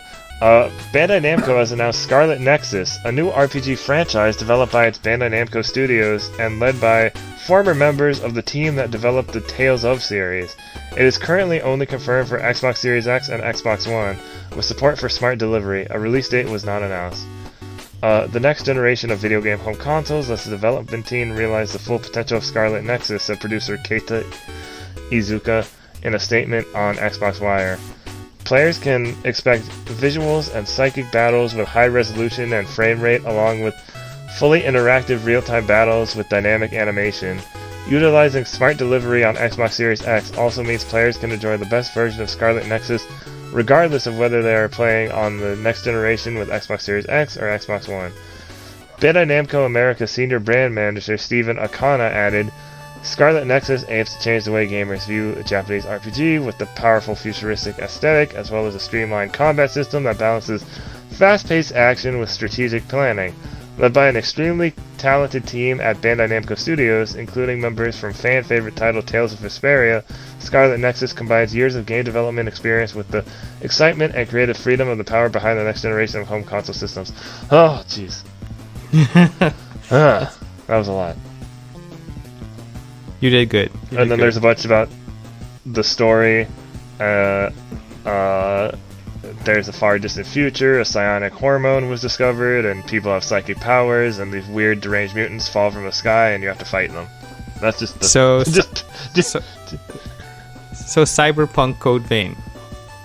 Cyberpunk Code Vein, God Eater, with a little bit of control thrown in there. That sounds good to me. Right? Yeah, this was this was my game of the Xbox Series X showcase today. Oh, okay. Yeah, sure. I actually didn't know about this beforehand. At least this game beforehand. But what I gotta actually call this the Astral Chain episode then. Yeah. But it did evoke that same kind of that kind of balance between a kind of sci-fi cyberpunk-ish take and sort of the otherworldly chimera type of aesthetic as well, and put them together for something that was like it was very had a lot of attitude, I would say, the Scarlet Nexus, as opposed to what other Bandai Namco kind of action games have shown. Like Code Vein was cool, but it didn't exactly make a bold statement in its pre-release. This one, like Scarlet Nexus, like the very first time you see this game, it's like boom, we're trying to have some attitude. And that's kind of, at least from what we saw like in motion, it did look like sort of that character action, stylish action type of pace. So I was like surprised because I saw like Bandai Namco, and like shouts out to them, but they do kind of have a formula when it comes to these types of games. And I'm always hoping that they would usually break from it. Like even Code Vein being a kind of Dark Souls kind of take on their style of games, it was still familiar, I guess. But I would hope that this one would be like a little bit more bold in its approach. Well, we're just at the start of the next generation, so they have plenty of time to dazzle us. Do. Yeah. I'm insanely curious to see like the Tales team go full on like stylish action, because the Tales games have like elements of that in their combat, and you can always kind of see it. So just going full in on that is going to be interesting. I just had a thought: CyberConnect doing something in the Ultimate Ninja Storm engine on next gen, and it's blowing my mind. Like, what? It's. I'm just imagining the visuals that CyberConnect is able to pull, and with them doing something next gen, possibly. Oh, I'm salivating Jason, at the idea.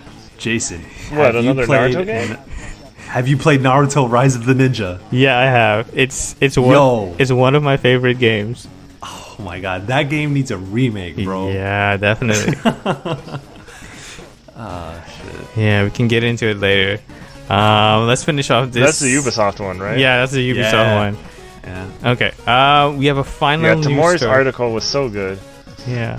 About the anime stuff. Yeah. Okay. The last news article for this week is Yakuza Like a Dragon is an Xbox Series X launch game by Chris Pereira. Can I take this one? Sure. Yeah, sure. you can take. Yeah, it's all. I actually. Yeah. So Chris set up the story because he got pre-briefed on it, and then I actually wrote the rest of the article. Wow, dang. Okay. So I forgot to tag my name in the byline. So Chris is getting all the credit. Because I was looking at that this morning. That's why I didn't put it here, because I didn't realize. Yeah. Chris set it up, and then I took it from there to fill out all the details once the news dropped. But Xbox Series X showed off a lot of games today, obviously, as we have been talking about. And one of them is Yakuza Like a Dragon, or as we call it, Yakuza 7. It's going to be a launch title for Xbox One and Xbox, or it's going to be a launch title for Xbox Series X, which also means it's coming to Xbox One. Yeah, smart. Which also means it's coming to PlayStation. Yeah, it's also coming to PlayStation 4 because it's already out in Japan on PlayStation 4. But yeah, the Xbox version is going to have smart delivery. Yeah. So it's gonna have smart delivery. So that's the program where you buy it once and you can play it across the different Xbox consoles. Cross save support as well.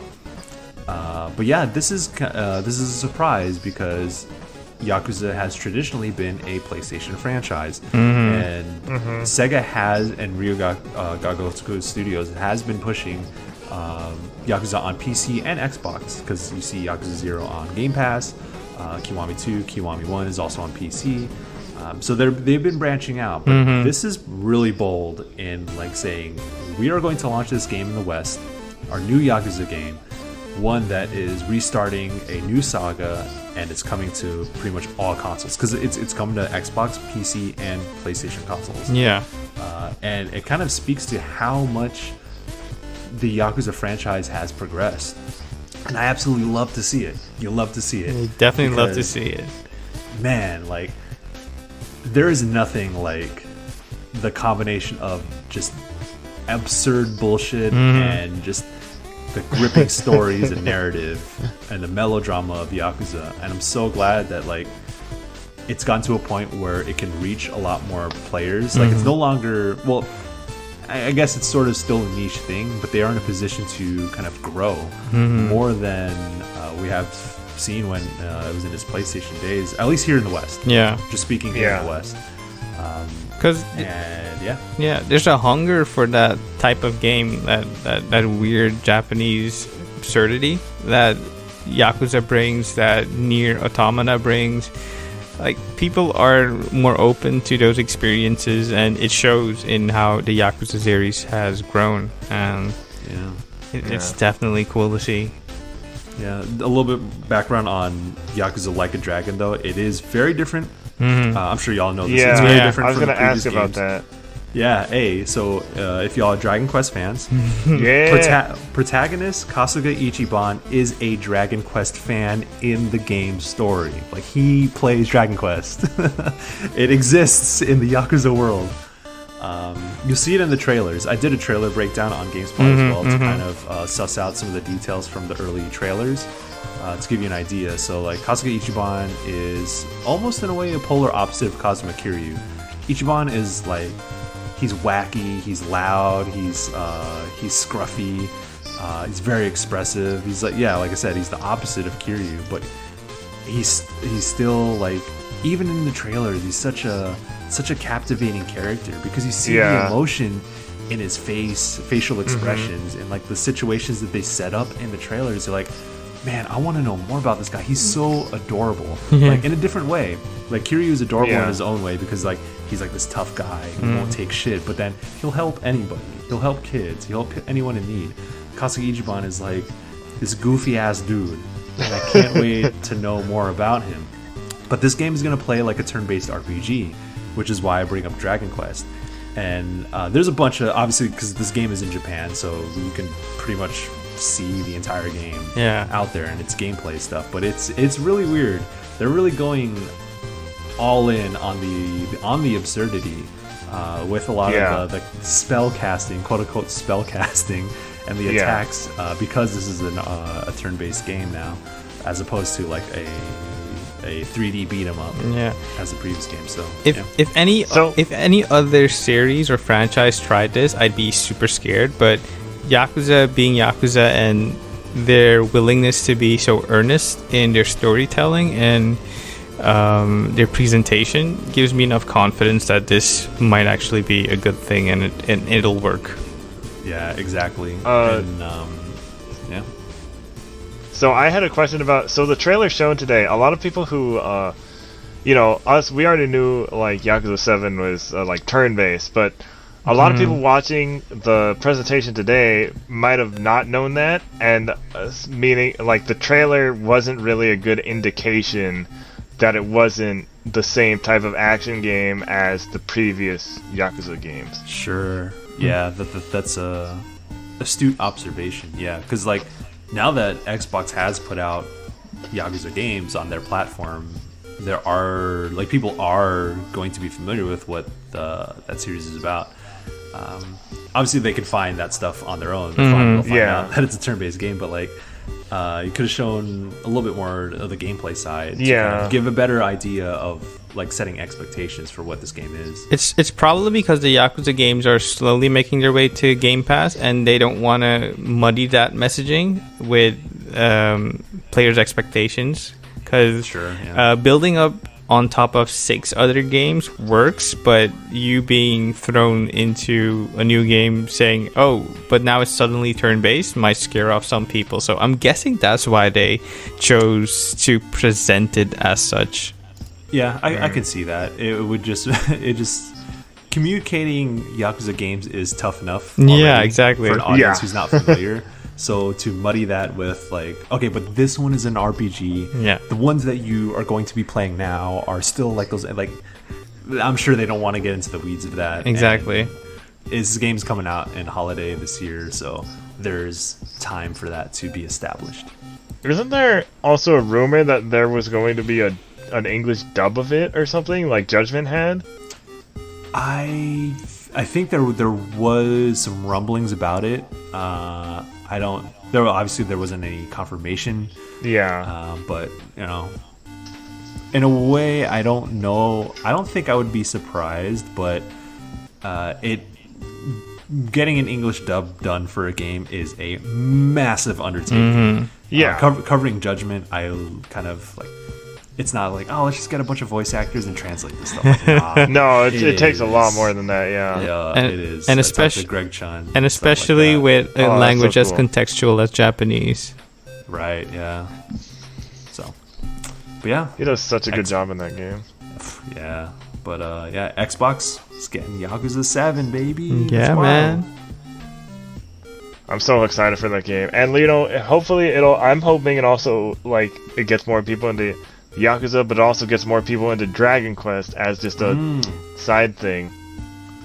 Yeah, that too. It's like, oh, I want more of this turn-based stuff. And Ichiban keeps talking about Dragon Quest. What's this Dragon Quest thing? Yeah, it'd be funny if like Square let them put like the first Dragon Quest in like an arcade thing or something. Oh yeah, that would be wild. Because the first one is so like the first Dragon Quest is very, very basic, and Yakuza is kind of known for having like games within a game type of thing. Yeah, definitely. Okay, so now we're going to the main topic. So we're just going to kind of just talk about all of the different summer events. All of the different digital summer gaming events that are like being planned in the next few months. So we had the Xbox Series X news today, and there's going to be news every month. Leading up to the launch.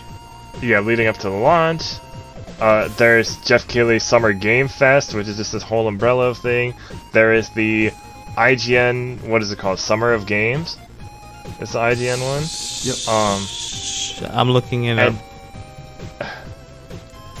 Everything's Summer Game something. Yeah, well, Summer of Gaming. GameSpot did something different, which is, thank God, you guys have a different name. not with summer in it.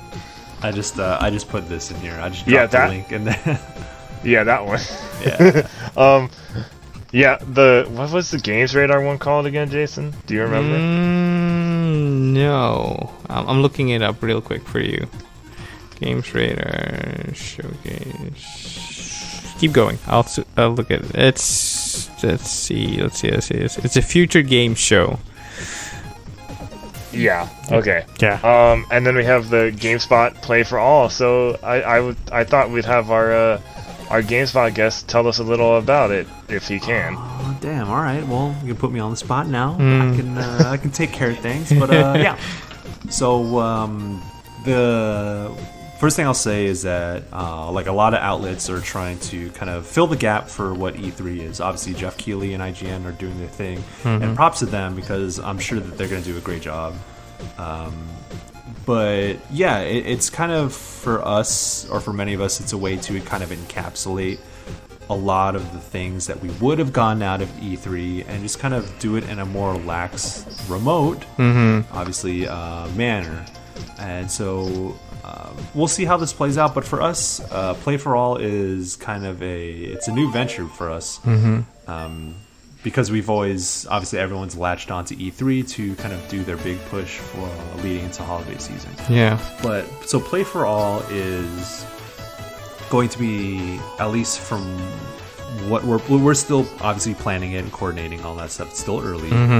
June is a month out, so we're still trying to schedule things. But it's going to be a series of reveals, streams, article features, video features, interviews, live shows. It's going to be a combination of so many different things of the upcoming games, and we have a lot of partners already. Some that we're still kind of working out, but we do have some big names. We have 2K Games, Bethesda, CD Projekt Red, Google Stadia, Larian Studios, Nice. Baldur's Gate 3, Bandai Namco. Maybe we'll see some more Scarlet Nexus. Who knows? Wink, wink. Yeah, but we got Sega, we got Square Enix, and so many more that we're working on, and so many more that you can see in the link that I shared. But yeah, like developers and publishers want to get the word out too. So when we do these things like that, they're like, oh yeah, like let's link up, let's try and do something. So it's an exciting time in a way that we can kind of control how we present ourselves and the timing of it. I do like the condensed E3 schedule. Like, okay, these 4 days, everything's gonna happen, and once it's done, you can like wipe your hands and relax.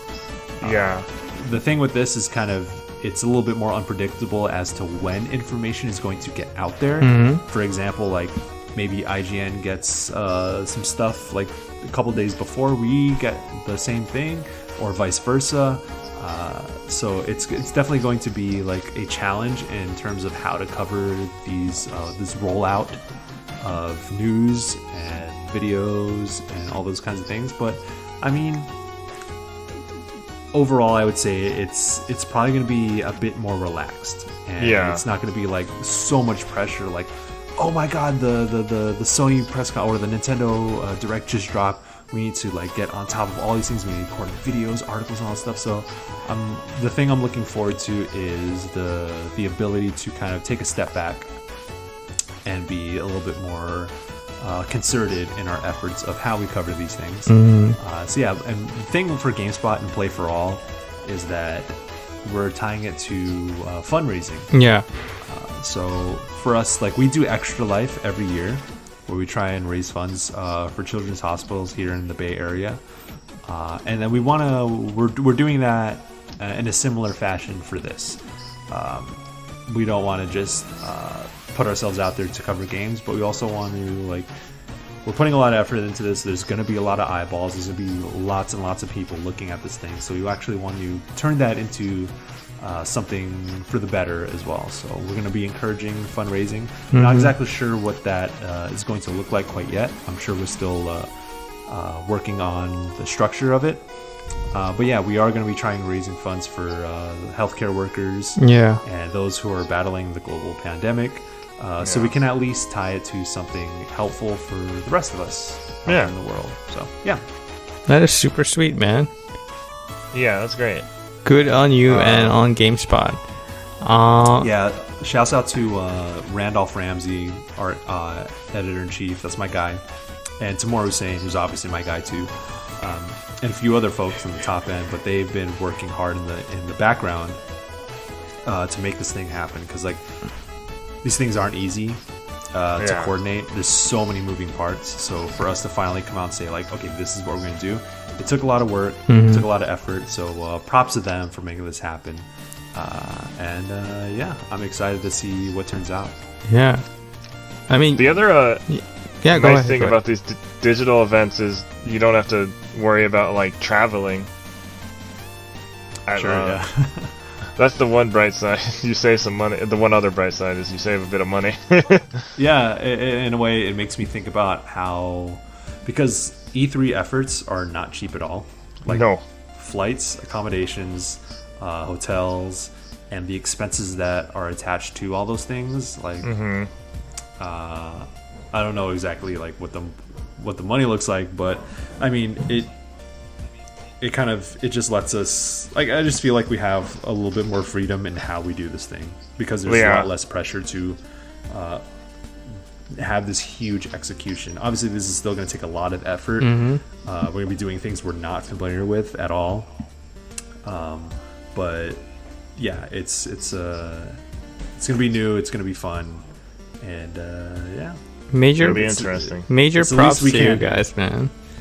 Yeah. Yeah. And like, I mean, shouts out to like IGN, like Jeff Keighley, Games, like all the other outlets that are trying to do the same thing too. Yeah. Because they have to put this much effort in as well. Yeah. So I hope like everyone can kind of give eyes to all the other different entities that are trying to do this thing. But hey, I think if I can, correct me if I'm wrong, but I think we're the only ones who are tying this to a fundraising effort. Yeah. Is that true? I thought IGN was for some reason. Oh, really? Okay. I thought, like, I'm not sure. Don't quote me on that. like if others do that too, like be generous as well if you can. I think there was another one that was, but I'm not sure. I'll look it up. Keep going. Yeah, but if when others are also trying to tie this to fundraising efforts, I'm sure it won't just be us. Yeah, I think that if you're willing to be generous, I think that'd be a cool thing to kind of take part in if you're enjoying the types of content that we're going to be putting up during this time. Yeah, GameSpot has great stuff. You guys have been actually killing it on features lately. Oh yeah. With the, I forgot what the other one was that I read recently, but there was, like I said earlier, Timor's on how anime needs to be more than just fighting games. Yeah, I mean, he put together an article that we were all thinking, but he was the boldest one to say out loud. And then when he came with the idea, I'm like, I'm thinking the same thing, man. Damn. Because it's like Kill right. Kill got an arena fighter. Naruto has like 10 arena fighters, which bunch. are good. And then Jump Force is an arena fighter. Like, man, Yeah. bring back Rise of the Ninja. You know what I'm saying? Boy. Or, Yes. what I always go to is like, because Rise of Ninja is more of an RPG, right? Yeah. So like, why don't they have more like turn-based RPG? So I always go back to like Legacy of Goku or Bro. Inuyasha's Secret of the Cursed Mask for the PS2, like the first turn-based RPG that wasn't Pokemon that I played.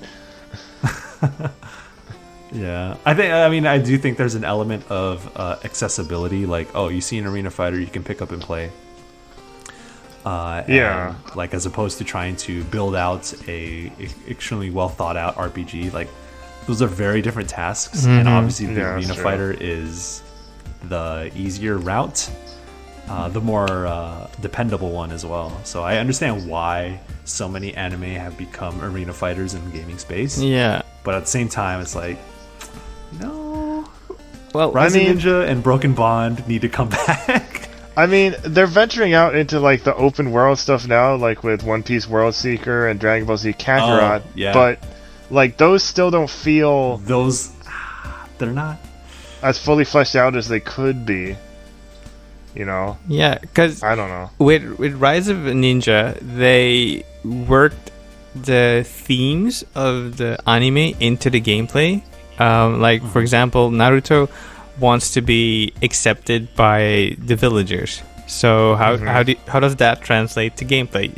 Like, you try to win favor. Social links. Yeah, social links. In essence, it's social links for Naruto.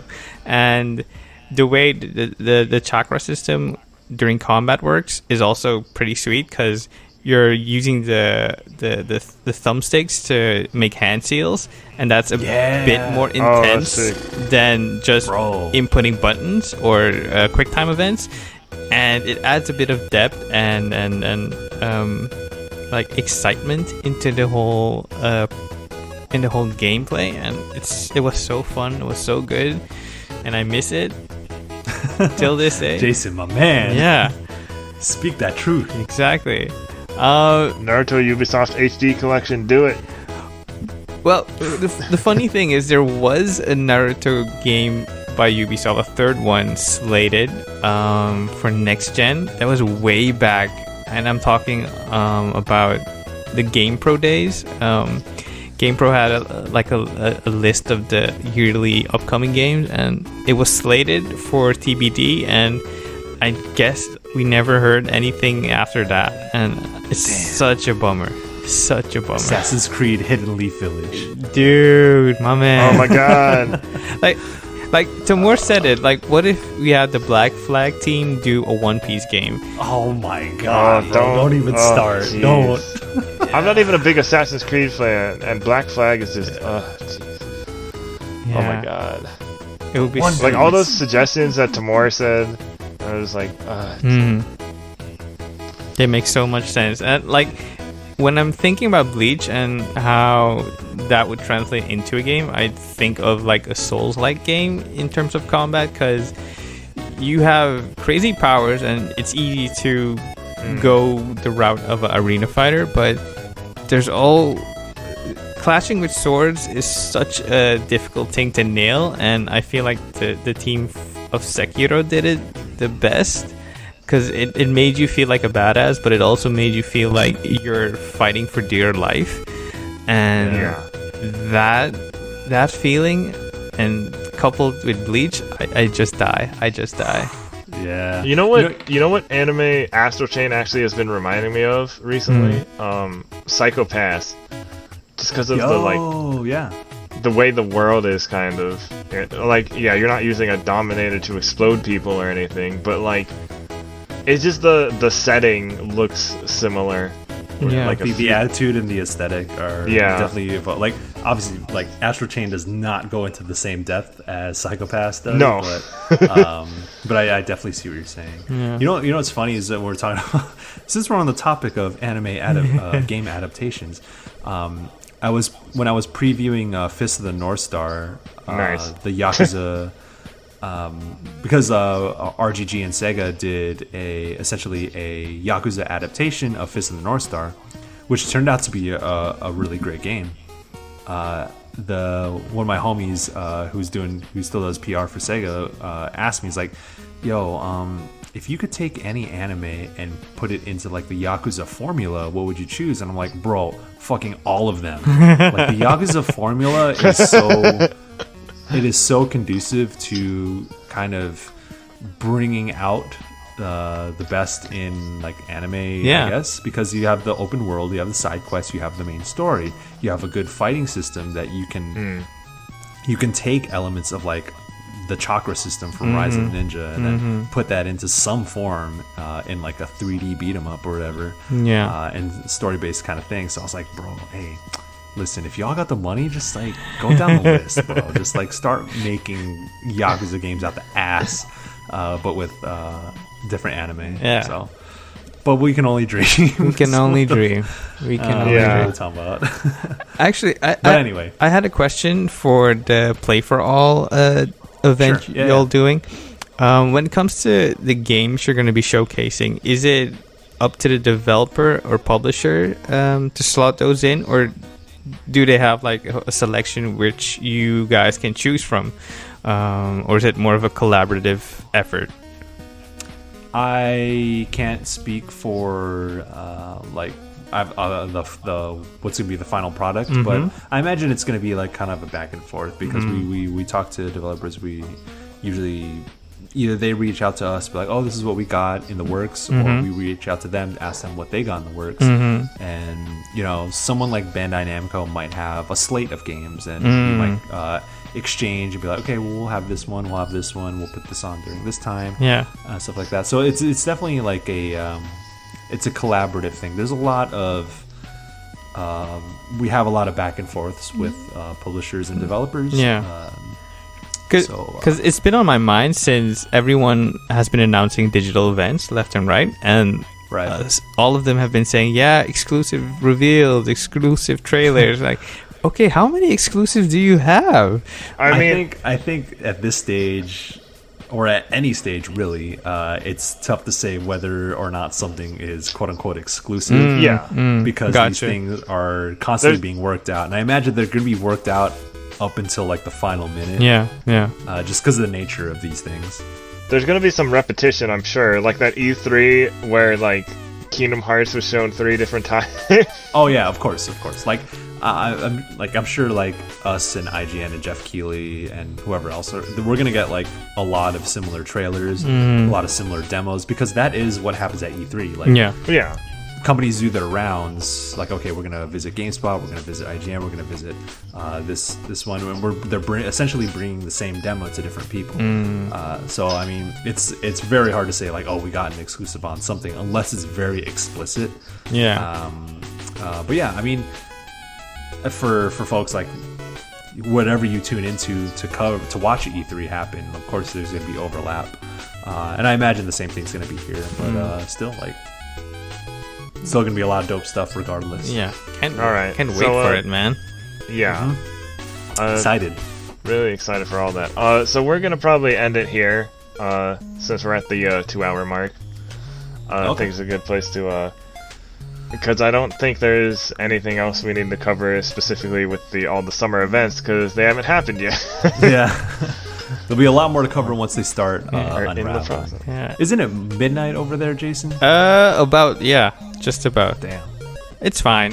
We started a little later than usual. It's fine. Yeah, and it's fine. I usually stay up till like say 1 a.m. or sometimes till 3 a.m. Don't ask me why, but it's fine. Same. I'll survive. But Michael, we want to thank you for joining us, and definitely. It's been a pleasure. You're welcome anytime. Man, I had a ton of fun talking with y'all. Nice. I like what y'all are doing, and obviously like I follow you guys on Twitter, and y'all the homies. Yeah, man. So this has been fun, man. And even just like just chopping it up, finally getting to talk with you, Jason, and obviously Erroll. I haven't seen you in a while, so not since PAX West, man. Hey, I know. It's always good to catch up with you. But yeah, it's this is fun, man. Yeah, man. This is cool. Thank you so much for having me, man. Definitely. I appreciate it. Oh yeah, anytime. And any last things you want to pimp out? Sure. I mean, I also want to shout out the homies at GameSpot. They do a lot of work. I always like to put on for my folks that I work with. They're all great. So like Callie's. Every review that you see on GameSpot, Callie vets. She puts a lot of work into the efforts, making sure they're on point. I know Jake runs the After Dark podcast. The most handsome man in video games. Jake is banned from this podcast. Hey, listen, I'm not gonna hate, but Jason, that's a fair opinion. I would say. Also, Jean-Luc puts in a lot of work. Like everyone on the video team puts in a lot of work into their videos. Obviously Lucy, Kurt, Chastity, they're all Persia, who's running the live streams. I don't know if you still tune into the live streams, but every once in a while. Persia's killing it. She's doing great.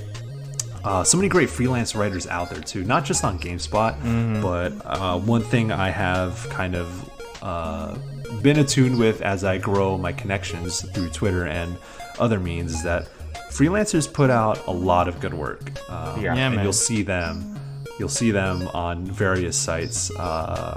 Shouts out to like folks like Ginny Wu, Natalie Flores, Kian Mard. Like Kian, yo, you need to follow Kian. That dude is just on fire with everything. Natalie too. She's on Fanbyte now. Pretty regularly. But Natalie she's on point too. I love her stuff. So many great folks out there. If y'all need to follow Funke. If y'all don't follow Funke Joseph, aka Funky McFly on Twitter, that is my guy. He is funny as hell, and he writes he freelances some reviews and a few features for us, and his stuff is always on point. There's like you'll find the last thing I'll say is that you'll find a lot of diversity through freelancing. And I really appreciate like folks like Uppercut Crit, regardless of whether or not you always agree with their takes on things. The fact that they're out there helping freelancers publish their work, get their voices out there, it's admirable. And being able to also encompass those voices on sites like GameSpot or IGN is also very important, I think. So yeah, there's so many good folks out there, and so much good stuff to read and watch. So shouts out to all of them. Shouts out to my folks at GameSpot, and shouts out to both y'all, Erroll and Jason, for doing y'all thing. You know what I'm saying? Yeah, man. You love to see it. You love to see it. All right, and I think with that, we can end this podcast. Thank you very much for listening. Keep gaming. Keep gaming. We never have a good outro. Yeah, we just wing it. Okay. Damn. Thanks, guys. This has been fun. Peace. Bye. Peace.